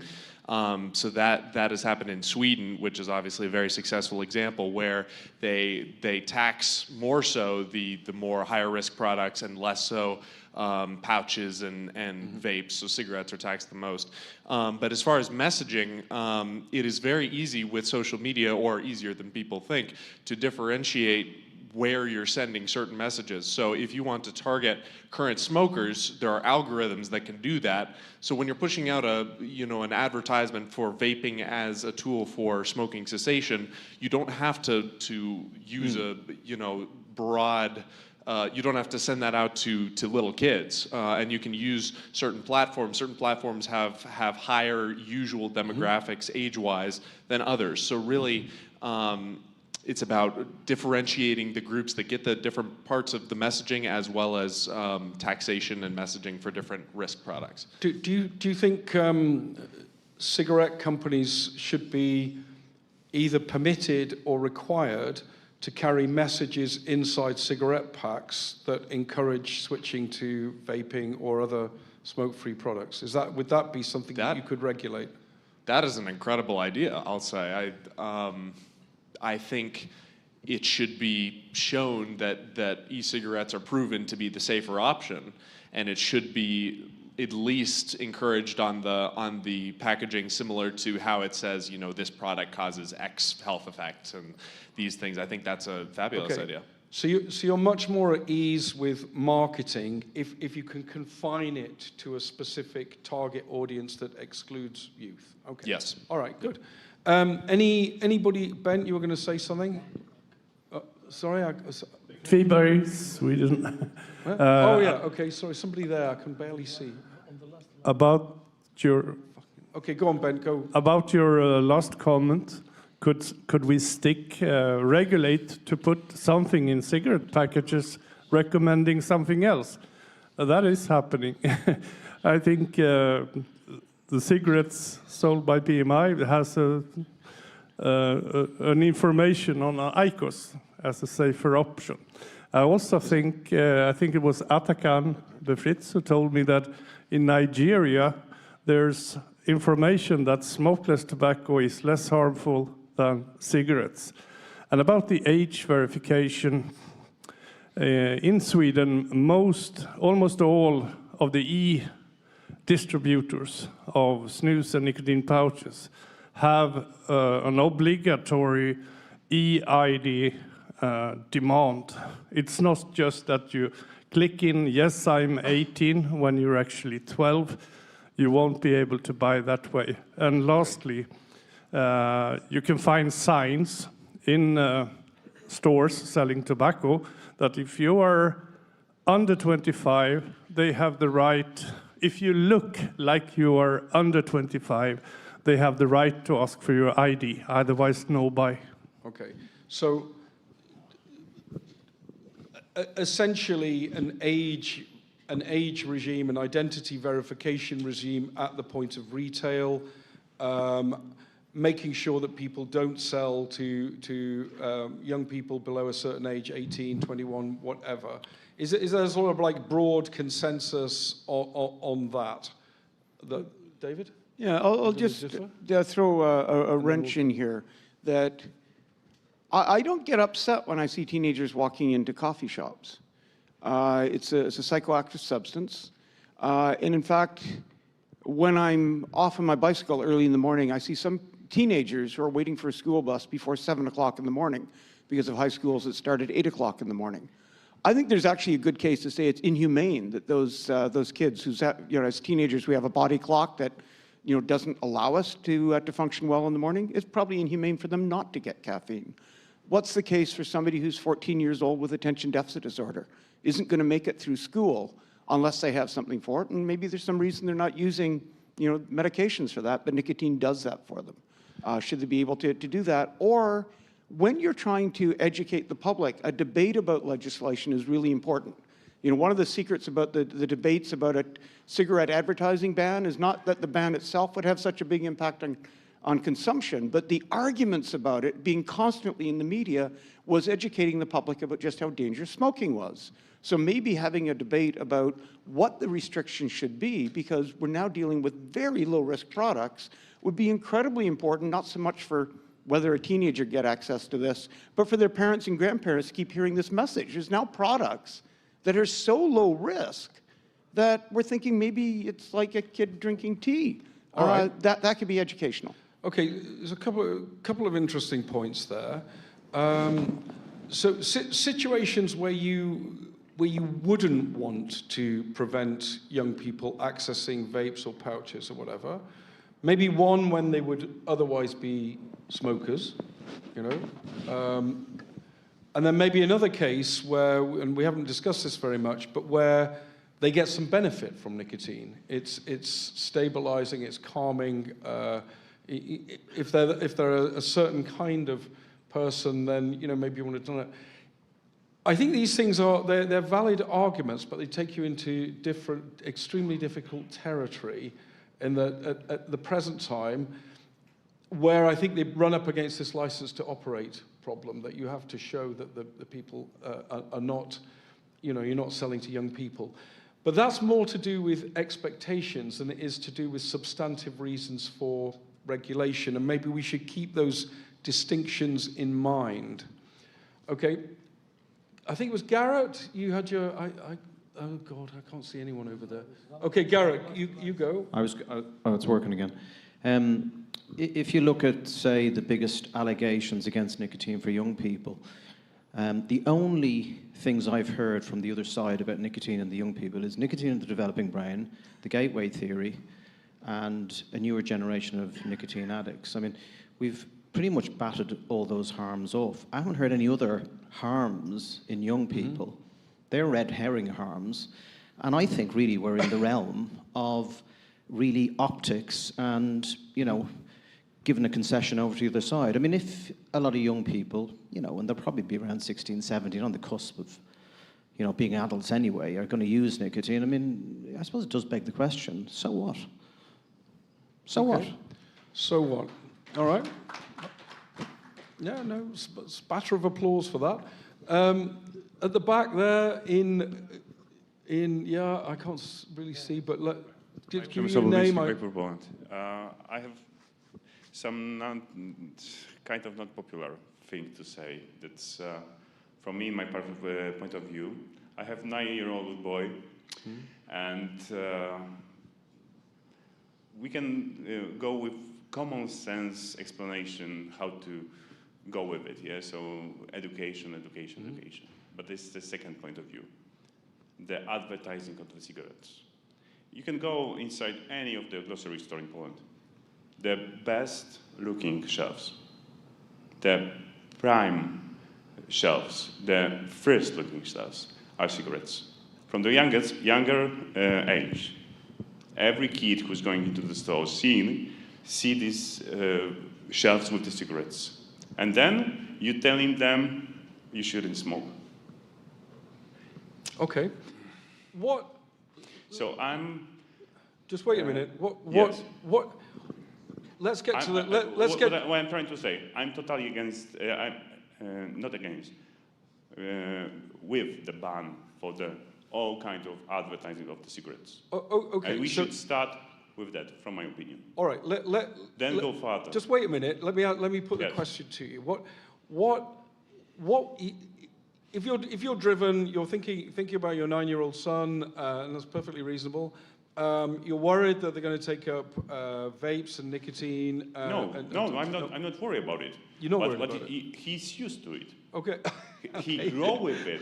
All right. He grow with the seeing the cigarettes on the shelves, the best looking cigarettes shelves. Oh, okay. And I have to tell him, no, you're not going to smoke. Okay, so look. You rather take the nicotine. No. Why should I? Okay, it shouldn't be a case in the first. This is my opinion. This is the biggest problem that we're facing now, from my opinion, that we are not talking about. Our kids are looking all the time on the shelf of the cigarettes, good-looking shelves, the best shelves on the stores, and we're trying to tell them, this is a cigarette, but don't smoke it. Right, just let me play this back to you just to check that I've understood, because what you seem to be saying is that the cigarette proposition is so attractive. Yes. You need to be very liberal with and unconstrained with the non-cigarette products. Is that what you were saying? No, I'm saying that to begin with, because there was a question, what shall we do now with the young people? Yeah. There is nothing more that's impact more than advertising of the cigarettes in the stores.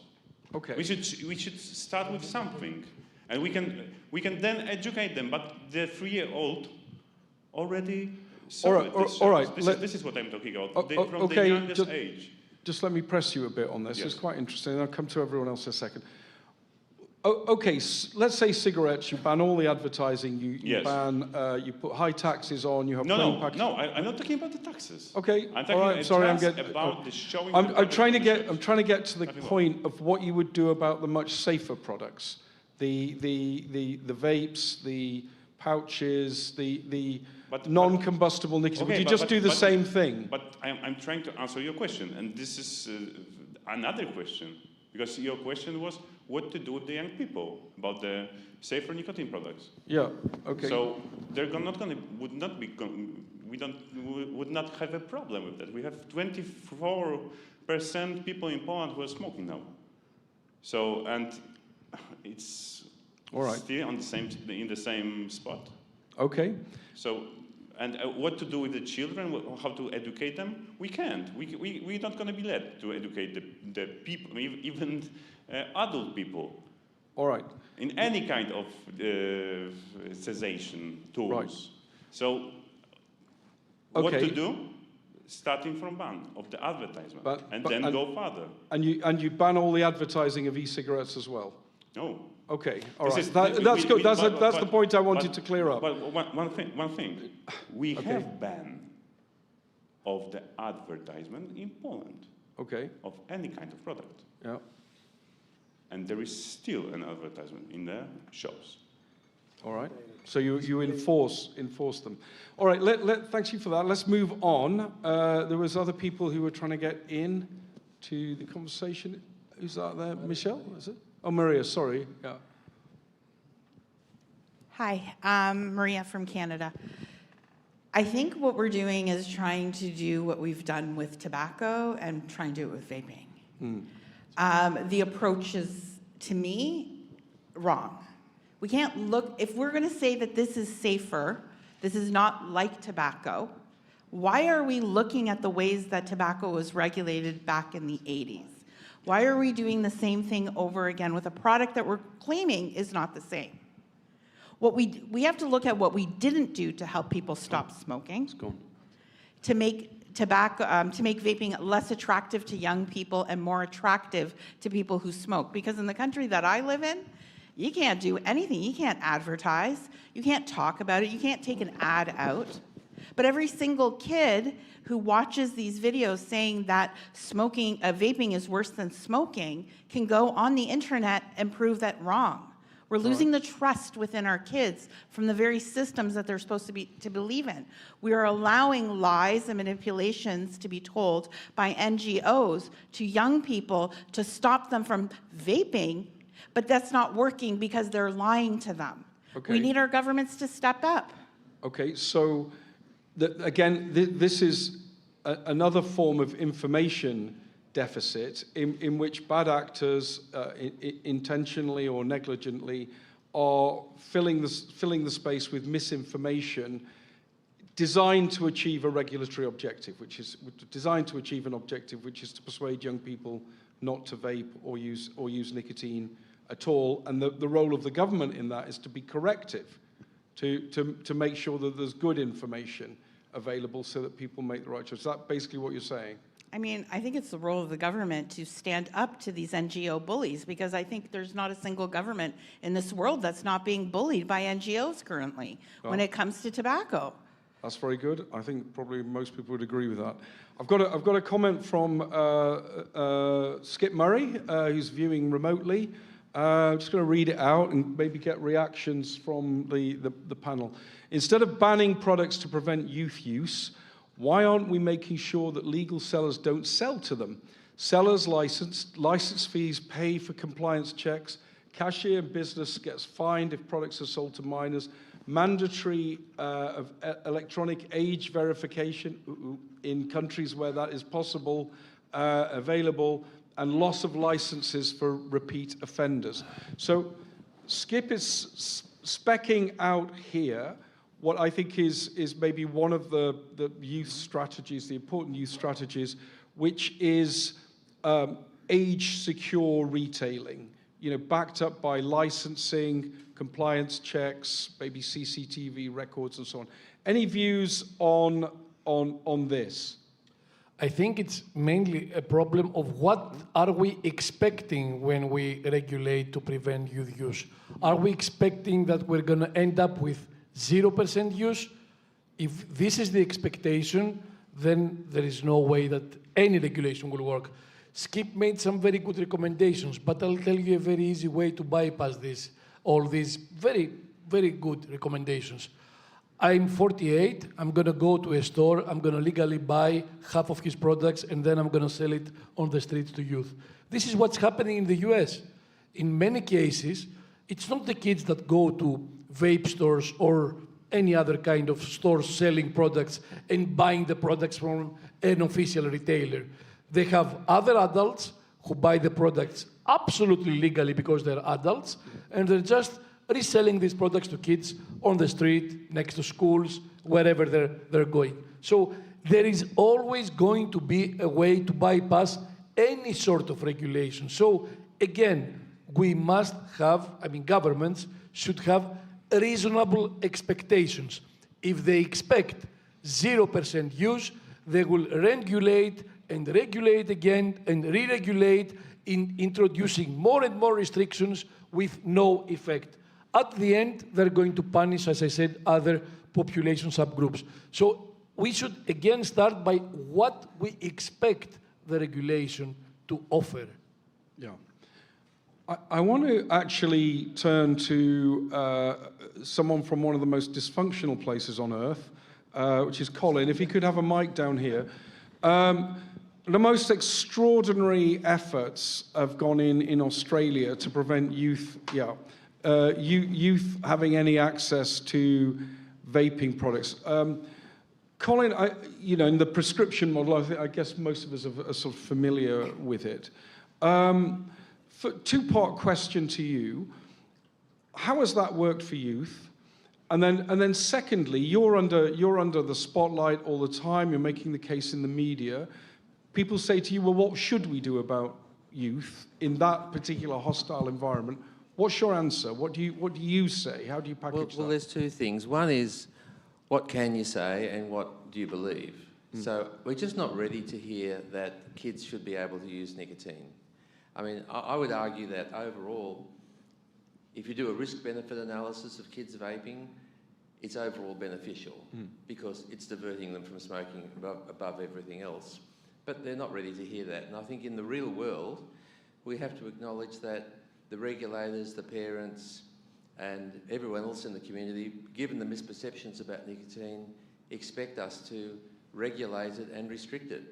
So I think personally, a limit of 18 is a compromise we have to have. And I think we have to have, as you said, appropriate enforcement with, Yeah, third-party age verification, CCTV, whatever is required to allow that to pass, because the alternative is the black market. And the black market is just rampant in Australia with all the problems that's created. All right, Colin, thanks. Will, is it? Yeah. So I can't see that well, sorry. Yeah, just to speak to a couple of these points, while I would completely agree in principle with David's point that products that are no riskier than coffee should no more be subject to age limits than coffee. If we're in the business of compromise and license to operate, as Clive put it, I wonder whether some sort of sliding scale of age limits might be a kind of third way. I'm unaware if it's been tried anywhere, but with the goal that if you're going to legally initiate nicotine use, you're more likely to do so with the much safer products. All right. What about the idea of let's talk flavor bans, because that's a preferred intervention to protect children, if you like, to put it in the way that the advocates of those things. What do you, Nevena, what do you think about the idea of making the products essentially less appealing, and specifically less appealing to children, if that's possible, as a way of controlling youth access, or, if you like, as part of this sort of platform of measures that you would use to deal with the youth issue? Where do you come down on that? I think we come down to something that Konstantinos mentioned before, and what we discussed in the beginning. Obviously, when we talk about what these products should be like, acceptability in terms of, for somebody who's been smoking all of their life, I'm coming to your question. The product needs to be acceptable enough to consider changing one habit for the other, because obviously that demands certain decision and adaptation. And flavors obviously play a role in that. In terms of how, then when you add this element, obviously we want, and you're absolutely right, the company's position is that the minors should not have access to the products, and the question of enforceability. So how to find the right balance in terms of ensuring that there is enough variety of products that will meet adult smokers' references while trying to really identify, and I think it's more about, the discussion before was about how to direct the communication, but I think it's also what kind of communication, not who do you direct it to. So to me it is, on one hand, how these flavors are communicated, which matters a lot, not just which flavors we're talking about. So obviously, to Colin's words, compromise is something we're ultimately probably going to land on, while from the perspective only of adults, if you look just at adult smokers, obviously there should be plethora of flavors for anybody to find something that will meet them. But then how do you offset this thing that flavors might play a role in terms of children being interested in this? Finding this balance, which will ultimately be compromise, is a very difficult question, honestly. If there's a problem at all, is the issue, because flavors are like several things, aren't they? They're a chemical recipe that contains ingredients that some of which might be hazardous. They are a sensory characterizing thing, like this vape tastes of apple or whatever. And they're also a descriptor, you know, that this flavor is called, you know, unicorn vomit or whatever, something silly. Where, if they're going to intervene anywhere, if you accept those three type of ways of thinking of flavors, and if there's other ways of thinking, do say, where should regulators be going with that? Where should they be intervening? I think, you know, one extremely important thing is to introduce regulatory intervention while knowing how to measure their impact. I find it very flabbergasting, actually, that many of the regulation in this space are done sometimes overnight, and without really thinking, how will you assess the effect of it? I think this definitely fits into that. Okay. But to answer your question, I think it really is, I would focus on how these products are marketed, so let's call it descriptors, right? And also, you know, how this communication is actually tailored. trying to kind of safeguard as much as possible sensory experience because that's the relevant part for the adult smokers, while trying to reduce maximally the appeal that it might have for those that it shouldn't be intended to. Okay, that's good. Any other views on the panel on this question? You can find several examples, especially in US liquids, of packaging and labeling of vaping products that everyone would consider, I mean, in a rather objective way that they are kid-friendly. But if you look at the so-called vaping epidemic in the US, the growing popularity of electronic cigarettes, the main culprit was Juul. Juul has the most neutral packaging, labeling, and naming you can find. They don't have any fancy names in the flavors. Their packaging is almost plain, I mean, nothing crazy, but kids went crazy using Juul.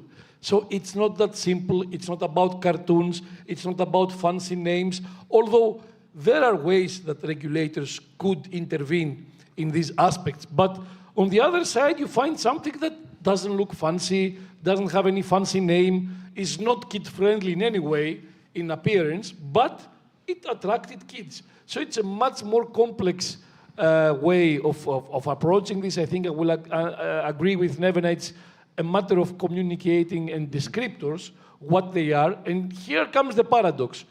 Ideally, these products should be presented as smoking substitutes, and you're not allowed to promote them like this. Manufacturers, retailers, they're not allowed to present them as smoking substitutes.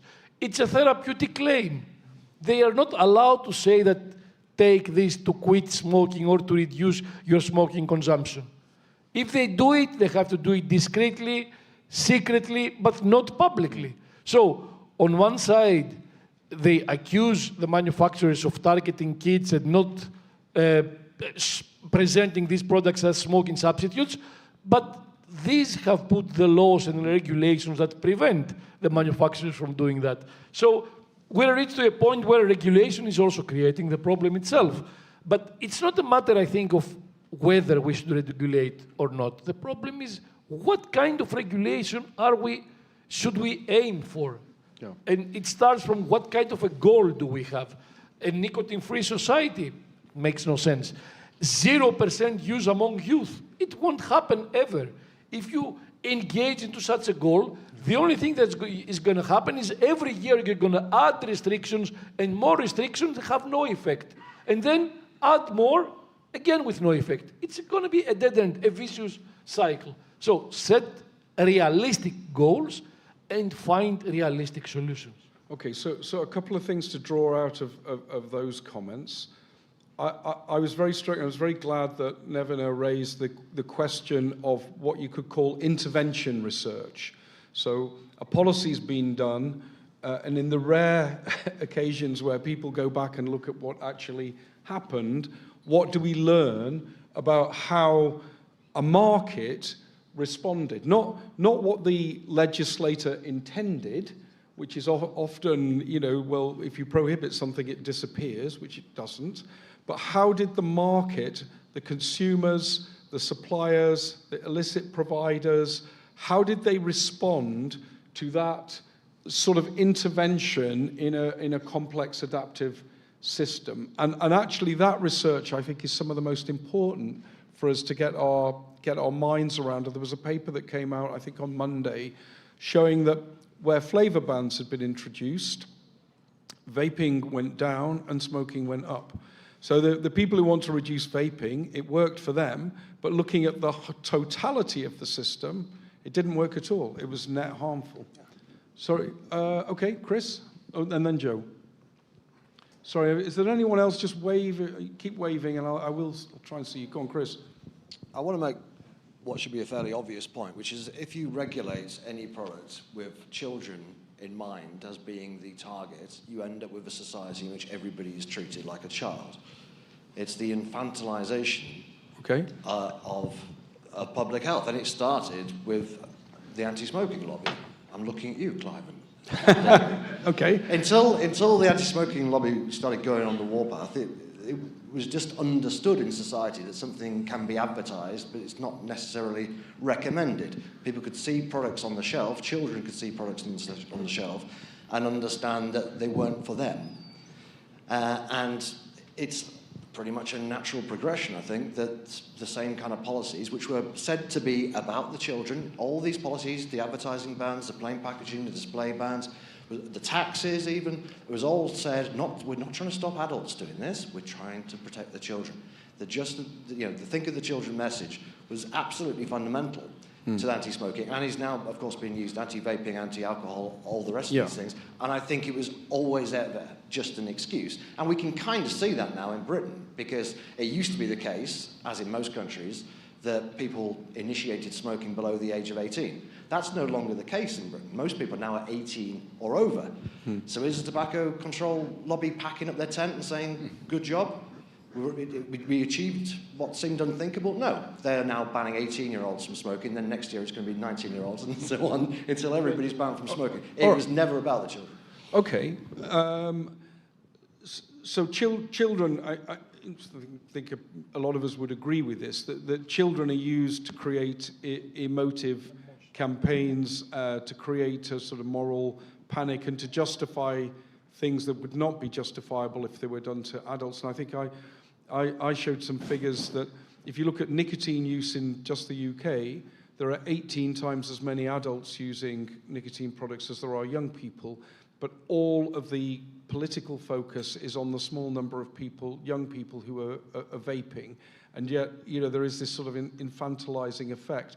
But it comes back, I think, Chris, I'm going to maintain this, is that the people who want a more liberal approach here have to have a good story on youth. They have to have something to say, okay? And I think I think if I was going to just distill some of the discussion, I would say I don't think you get much opposition to age-secure retailing, licensing, the sort of stuff that Colin was saying. I think there is some kinds of marketing, that whether or not it has an effect, people just don't want to see it, and it looks like it's appealing to children, even if it's appealing to the frivolous side of adults. And I think there's another big one here, which we sometimes overlook, which is it's imperative to keep the market legal.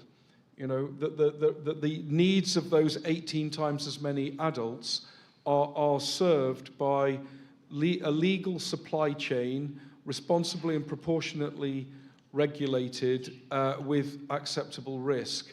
And that should constrain the sort of prohibition instinct and turning the market over to illicit trade, which is essentially what we've seen in Australia and the United States. They've so constrained the legal sort of authorized market that everything is essentially illegal and unauthorized.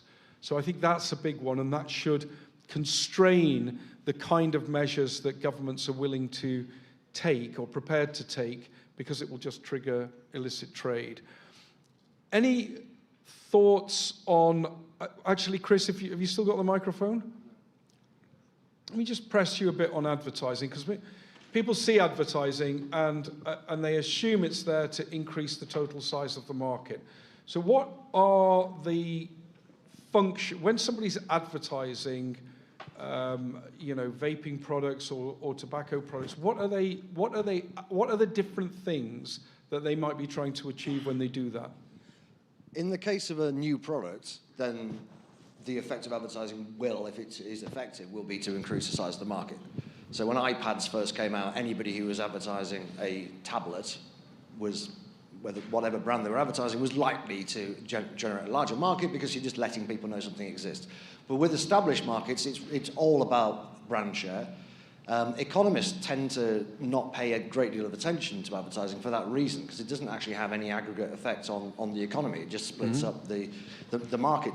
Now, people in public health simply refuse to believe this, but there are plenty of products, such as cat food or toilet paper, which are advertised all the time, and clearly not intending to increase the market, right? You're not going to get cats eating more food just because you've got Whiskers adverts on TV. So why are these products advertised? Very obviously to try and take market share from Felix or Andrex or whatever it may be. And exactly the same is true of all these other products. Any established product, the company that's selling Heineken is quite happy for more beer to be sold, quite happy for more alcohol to be sold, but they're not doing it for that reason, and they would be very foolish to do it for that reason. They're just trying to sell more Heineken. And a lot of advertising is very defensive, actually. I mean, most advertising, put simply, is a company saying, we're still here, don't forget about us. All right. Okay, so I think there's an interesting aspect in terms of advertising regulation, regulating advertising, which is that advertising vapes is essentially entrant products competing with incumbent products and trying to win market share from essentially the cigarette market, which is a beneficial thing. So again, when we're discussing advertising, maybe you can make a case for banning cigarette advertising, but vape advertising is a kind of anti-smoking advertising for some people. So should you think about that when we're discussing regulation? Or is it, in Chris's other view, it's a brand new product, vapes. Is it essentially increasing the market for nicotine by hooking kids? Okay, and how would you sort of look at the difference between those? David, any views on this? Sure. I think one of the things that we have to keep coming back to is that we're dealing with a population with very high rates of cigarette smoking, or over 1 billion cigarette smokers. And that should be seen as a public health emergency and our #1 goal, rather than focusing on an alternative product that is very low risk, that could replace the cigarettes, that could end that epidemic, and thinking, oh dear, what might go wrong here? I think we should be looking at whatever we can do to move people as rapidly as possible to non-combustion products, and other things are a second-order point. And whenever you talk about what we might do to protect young people, think about their parents and their grandparents and their aunts and uncles and their teachers and their coaches standing behind them with cigarettes in their hands. What impact is it going to have on them? What are the unintended consequences, but entirely foreseeable consequences to the people whose lives really are on the line? All right. Amazingly, we're sort of getting towards the end of this. I want to ask about big visions in regulation. The so-called end game measures. Okay, so these are things like, let's take all the nicotine out of cigarettes. Let's put an age limit of everybody born after January the 1st, 2009 will never be allowed to buy cigarettes again. Maybe we should have a sort of cap and trade system where we just say there's a certain number of cigarettes that could be sold every year in a given jurisdiction, and that number will go down until it eventually reaches 0, and they'll be able to trade permits or something. What about these ideas? Surely they would accelerate the transition of the market, maybe in a slightly traumatic way for some of the companies, but who cares about that? They would accelerate the transformation of the market, and people would rapidly move to vapes or pouches or whatever. What's wrong with that? Or do you agree with it? I thought we'd start with, world's biggest badass tobacco company, PMI, on this one. So I think endgame measures, and you mentioned many of them, are just another attempt to do more of what was done before, in the more outlets of doing that. And as we've seen, irrespective of majority of countries implementing certain level, quite restrictive measures, primarily on combustible, and unfortunately, non-combustible products as well, the smoking incidence remain, the number of smokers who smoke remain the same. Mm-hmm. So these new endgame measures might look innovative in the old frame of thinking. Let's try to restrict more, but the fact is, let's look at the effect of what's been done so far. And if we look at the net effect in terms of number of people who smoke, it hasn't changed. So will this contribute to it? I have my doubts. You would imply in your question that these endgame measures would apply to cigarettes only. Yeah. That is an optimistic assumption, because in the way, and coming back to our previous discussion where many people defer to the highest authority coming from World Health Organization, it would not necessarily be the case. These measures would potentially be introduced to any product category because the objective is not reduction of smoking. it is, as it moves now, something towards elimination of nicotine, so it doesn't matter how you deliver it. So, in my opinion, coming back to previous suggestions, why don't we, in any area of regulation, try to foresee and measure the impact of the measure rather than just coming up with more innovative ways to regulate something without truly looking at the potential impacts this will have? Okay, so I think you're against. Well, Clive, I mean, that sounds too authoritarian to my philosophical and ideological standards, to be honest. Okay. It's, what you're suggesting is force people to abandon tobacco use by measures that go beyond any kind of measure to restrict use. We're talking about forcefully getting them out of cigarettes. And of course, you also suggest that we should have some sort of less restrictive regulation on the alternative products. I don't think that regulators are even ready to do that. In general, they equate tobacco cigarettes with harm reduction products. But even if, let's say, supposedly they could do that, I think it's too authoritarian. I mean, right now, there are countries which are banning smoking in a plaza, smoking on the beach, smoking in open spaces, which makes no sense. It violates human rights. It's not about public health. They're not protecting anyone. All right, so maybe there's two different perspectives in this kind of regulation. There's a sort of utilitarian view, which is, will it work and everything will go wrong? There'll be illicit trade, there'll be biker gangs, there'll be God knows what, it will all be horrible. And it won't work, people will get the products, there'll be a trade in hand-rolling tobacco. Utilitarian perspective, you don't do it because it doesn't work. And then here, there is more of a values-based view, which is this shouldn't be the kind of relationship that the state has with the citizen. You know, it's essentially you want the change in this field to come through consent rather than coercion. So I think that's quite a good way of thinking about those endgame measures. David, have you got anything to add? Sure. I think it says a lot about the sociology of the field that if you look at the endgame strategies, they're all coercive. We are going to force people to act in a certain way. If you look at the history of public health and what works, it's about empowering people.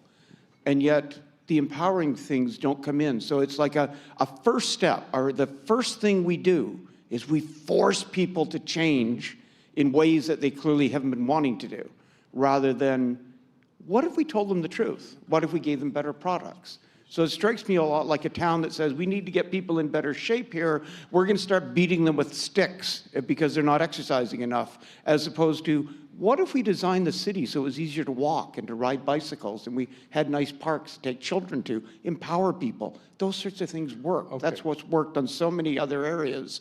What's dysfunctional in this field that the go-to thing is coercion? All right, so that's a further strand to this argument about regulation, which is that the state should function as an enabler. And that has come up a number of times. Informed choice, consumer protection, addressing information deficits, and so on. Not that it would necessarily always do that well, but that's a reasonable intention, perhaps, for the state. Joe, have you got any final thoughts on this, on endgame measures, or just maybe where you would like regulation to head over the next, 5-10 years or so? I think it's been beautifully summarised so far. I completely agree that, what have we seen? We've seen declines in smoking rates begin to stagnate. So doing the same is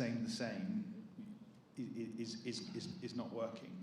Where we are seeing smoking rates declining is in countries that are embracing harm reduction.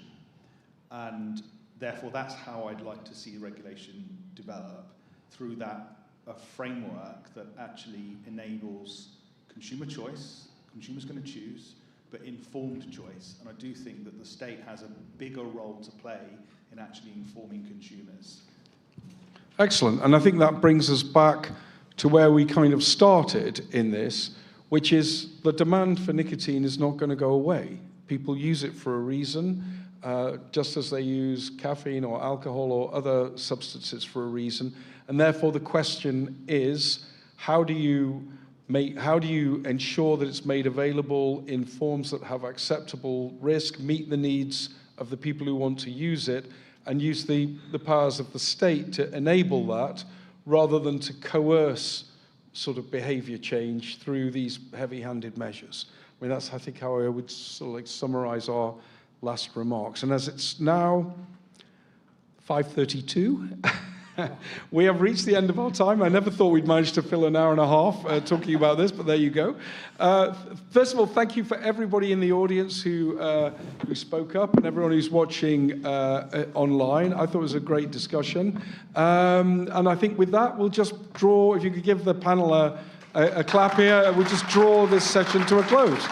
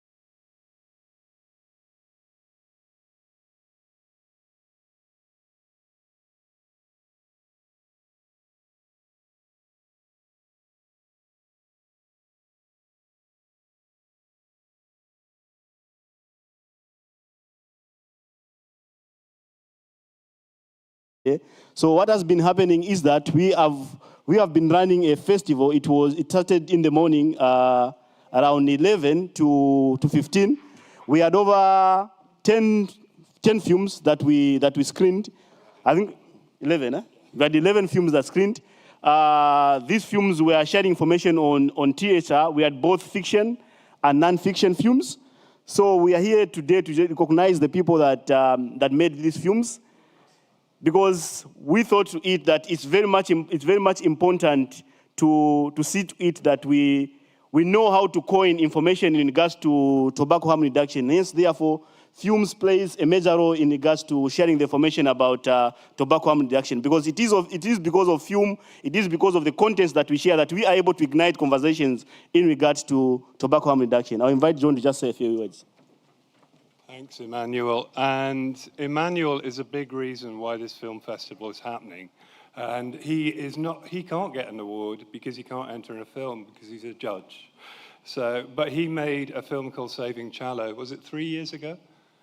And I told some people this earlier on today, but that film succeeded beyond anybody's expectations. Nobody expected that film to end up as an in-flight movie on Qatar Airways. So could we just have a round of applause for Emmanuel?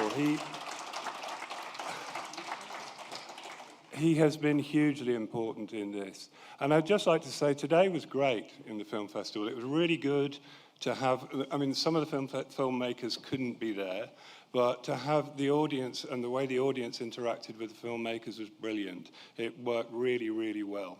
So, on to you. Before we announce the awards, for those of us who are not there, for those of you, I was there, for those of you who are not there, we'll just play a 4-minute video of the films that screened at the festival. Kamel.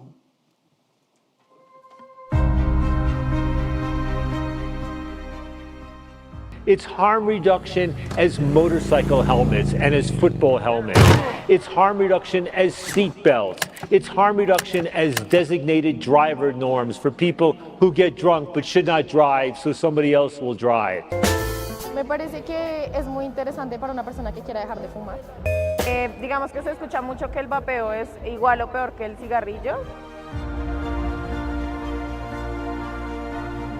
Now back to our program on truthwars.com. Friends, something horrible has been lurking while I've been fighting for the truth.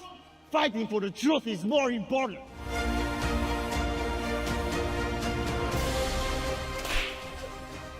Osasafanizira sokwai ndizo peperanga zimenezi. One, we all smoke for nicotine. But do you know what kills us? De Troya, que le dice, oye, pero tú eres mi enemigo. Sí, pero hasta en los enemigos también debe de existir el honor.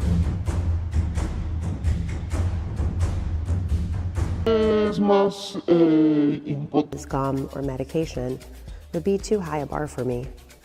When nicotine is combusted, as in when smoking traditional cigarettes, toxins are produced that can cause serious bodily harm and death. Clean nicotine that is not Sudafodia.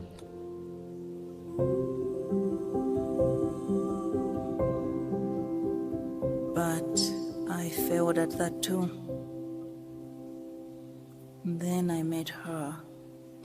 No, tandimvetsere. Kurengera zomwe wandoza. Cookie is smoked by peeling leaf or a section of leaf off the braid and rolling it up in pandana leaf, but smoking prevalence is decreasing in Fiji, but smoking among men is still high. I first smoked a cigarette when I was 14 years old, and I've pretty much been smoking since then. That nicotine is going to activate something known as a reward pathway in your brain that's going to make you feel nice. I'm also a member of the International Snus Consumer Movement, Europe for Snus, since many years, whereas some 85% have quit smoking thanks to snus.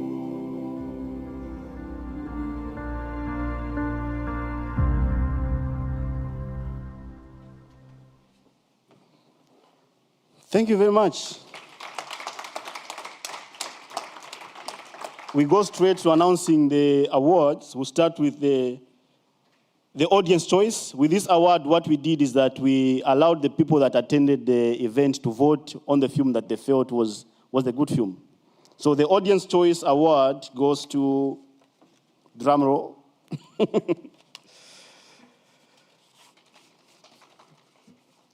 It goes to Miguel Angel Garcia Castro, The World I Live In.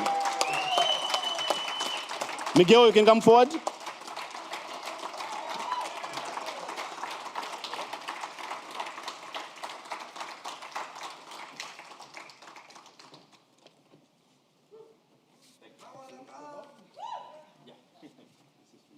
Thanks. Thanks.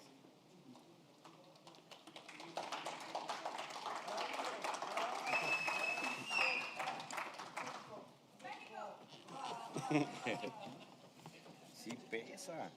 No lo crean, pero sí pesa.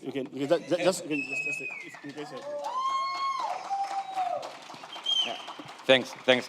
Sorry, my English is very bad. I just speak English the same the Yoda, the Star Wars. Pesa.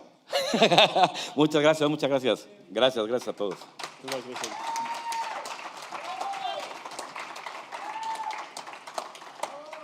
The next award which we're giving is the highly commended film.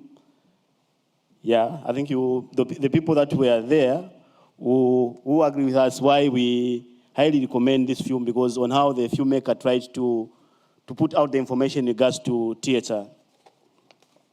This award goes to Emil Todorov, Vapor Madness.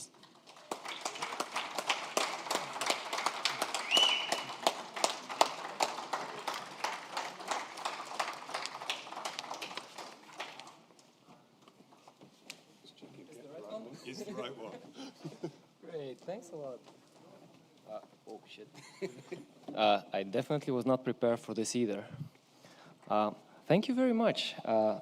Most of all, I'd like to thank KAC for giving me the chance to actually experiment and do something which is not traditional in filmmaking in general, as well as not even least to say in THR. So, I mean, this award is for them. I just did the best I can do. So thank you very much, guys. Cheers. Just hold on a little bit. I think, can you share with our audience where they can watch this film from? So, because it's highly recommended, so they need to watch the film. Yeah.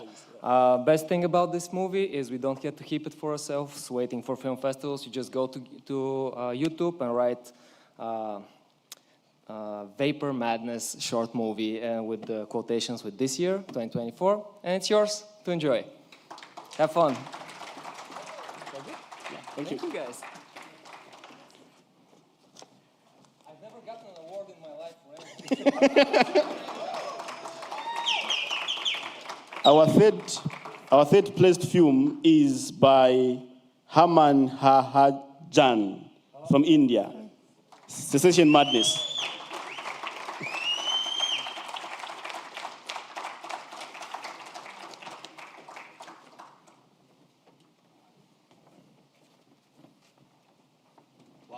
Thank you.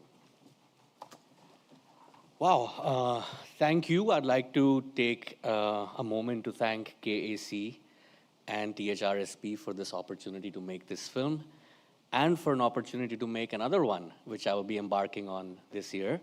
I would love to share this award with all the other filmmakers who presented their films today. You guys are awesome. I would love to see more work from everyone else next year. And I'd like to take a moment to thank my team who worked on this film. Thank you, everyone.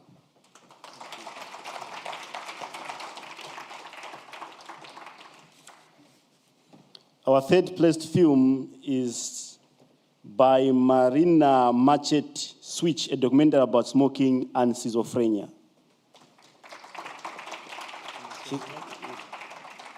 Marilena, I hope you're watching. She's in New York, so she's not here. So we're going to have to pay some very expensive postage for this to get, but we'll get it to you in New York. I hope you're watching. Thank you.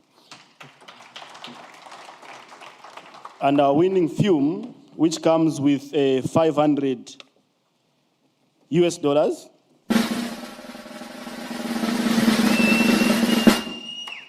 It goes to me. It goes to a film made by Jeffrey Zamora, Safer, What is Harm Reduction?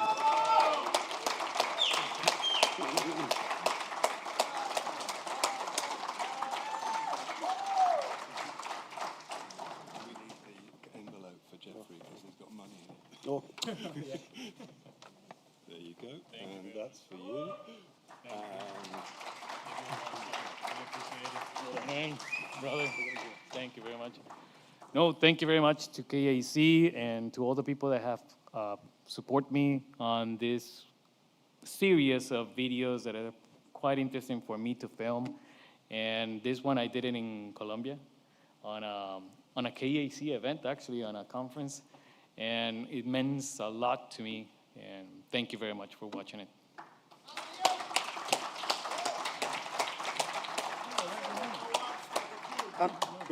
Where's the envelope? Oh, yeah, you can get it. We are done with our short ceremony. I'm here to encourage all those that would love to submit films for our next GFN festival to do so. I think this festival is going to grow. And who knows, maybe it can be the next Oscars. Yeah, thank you very much and have a blessed evening. Thank you.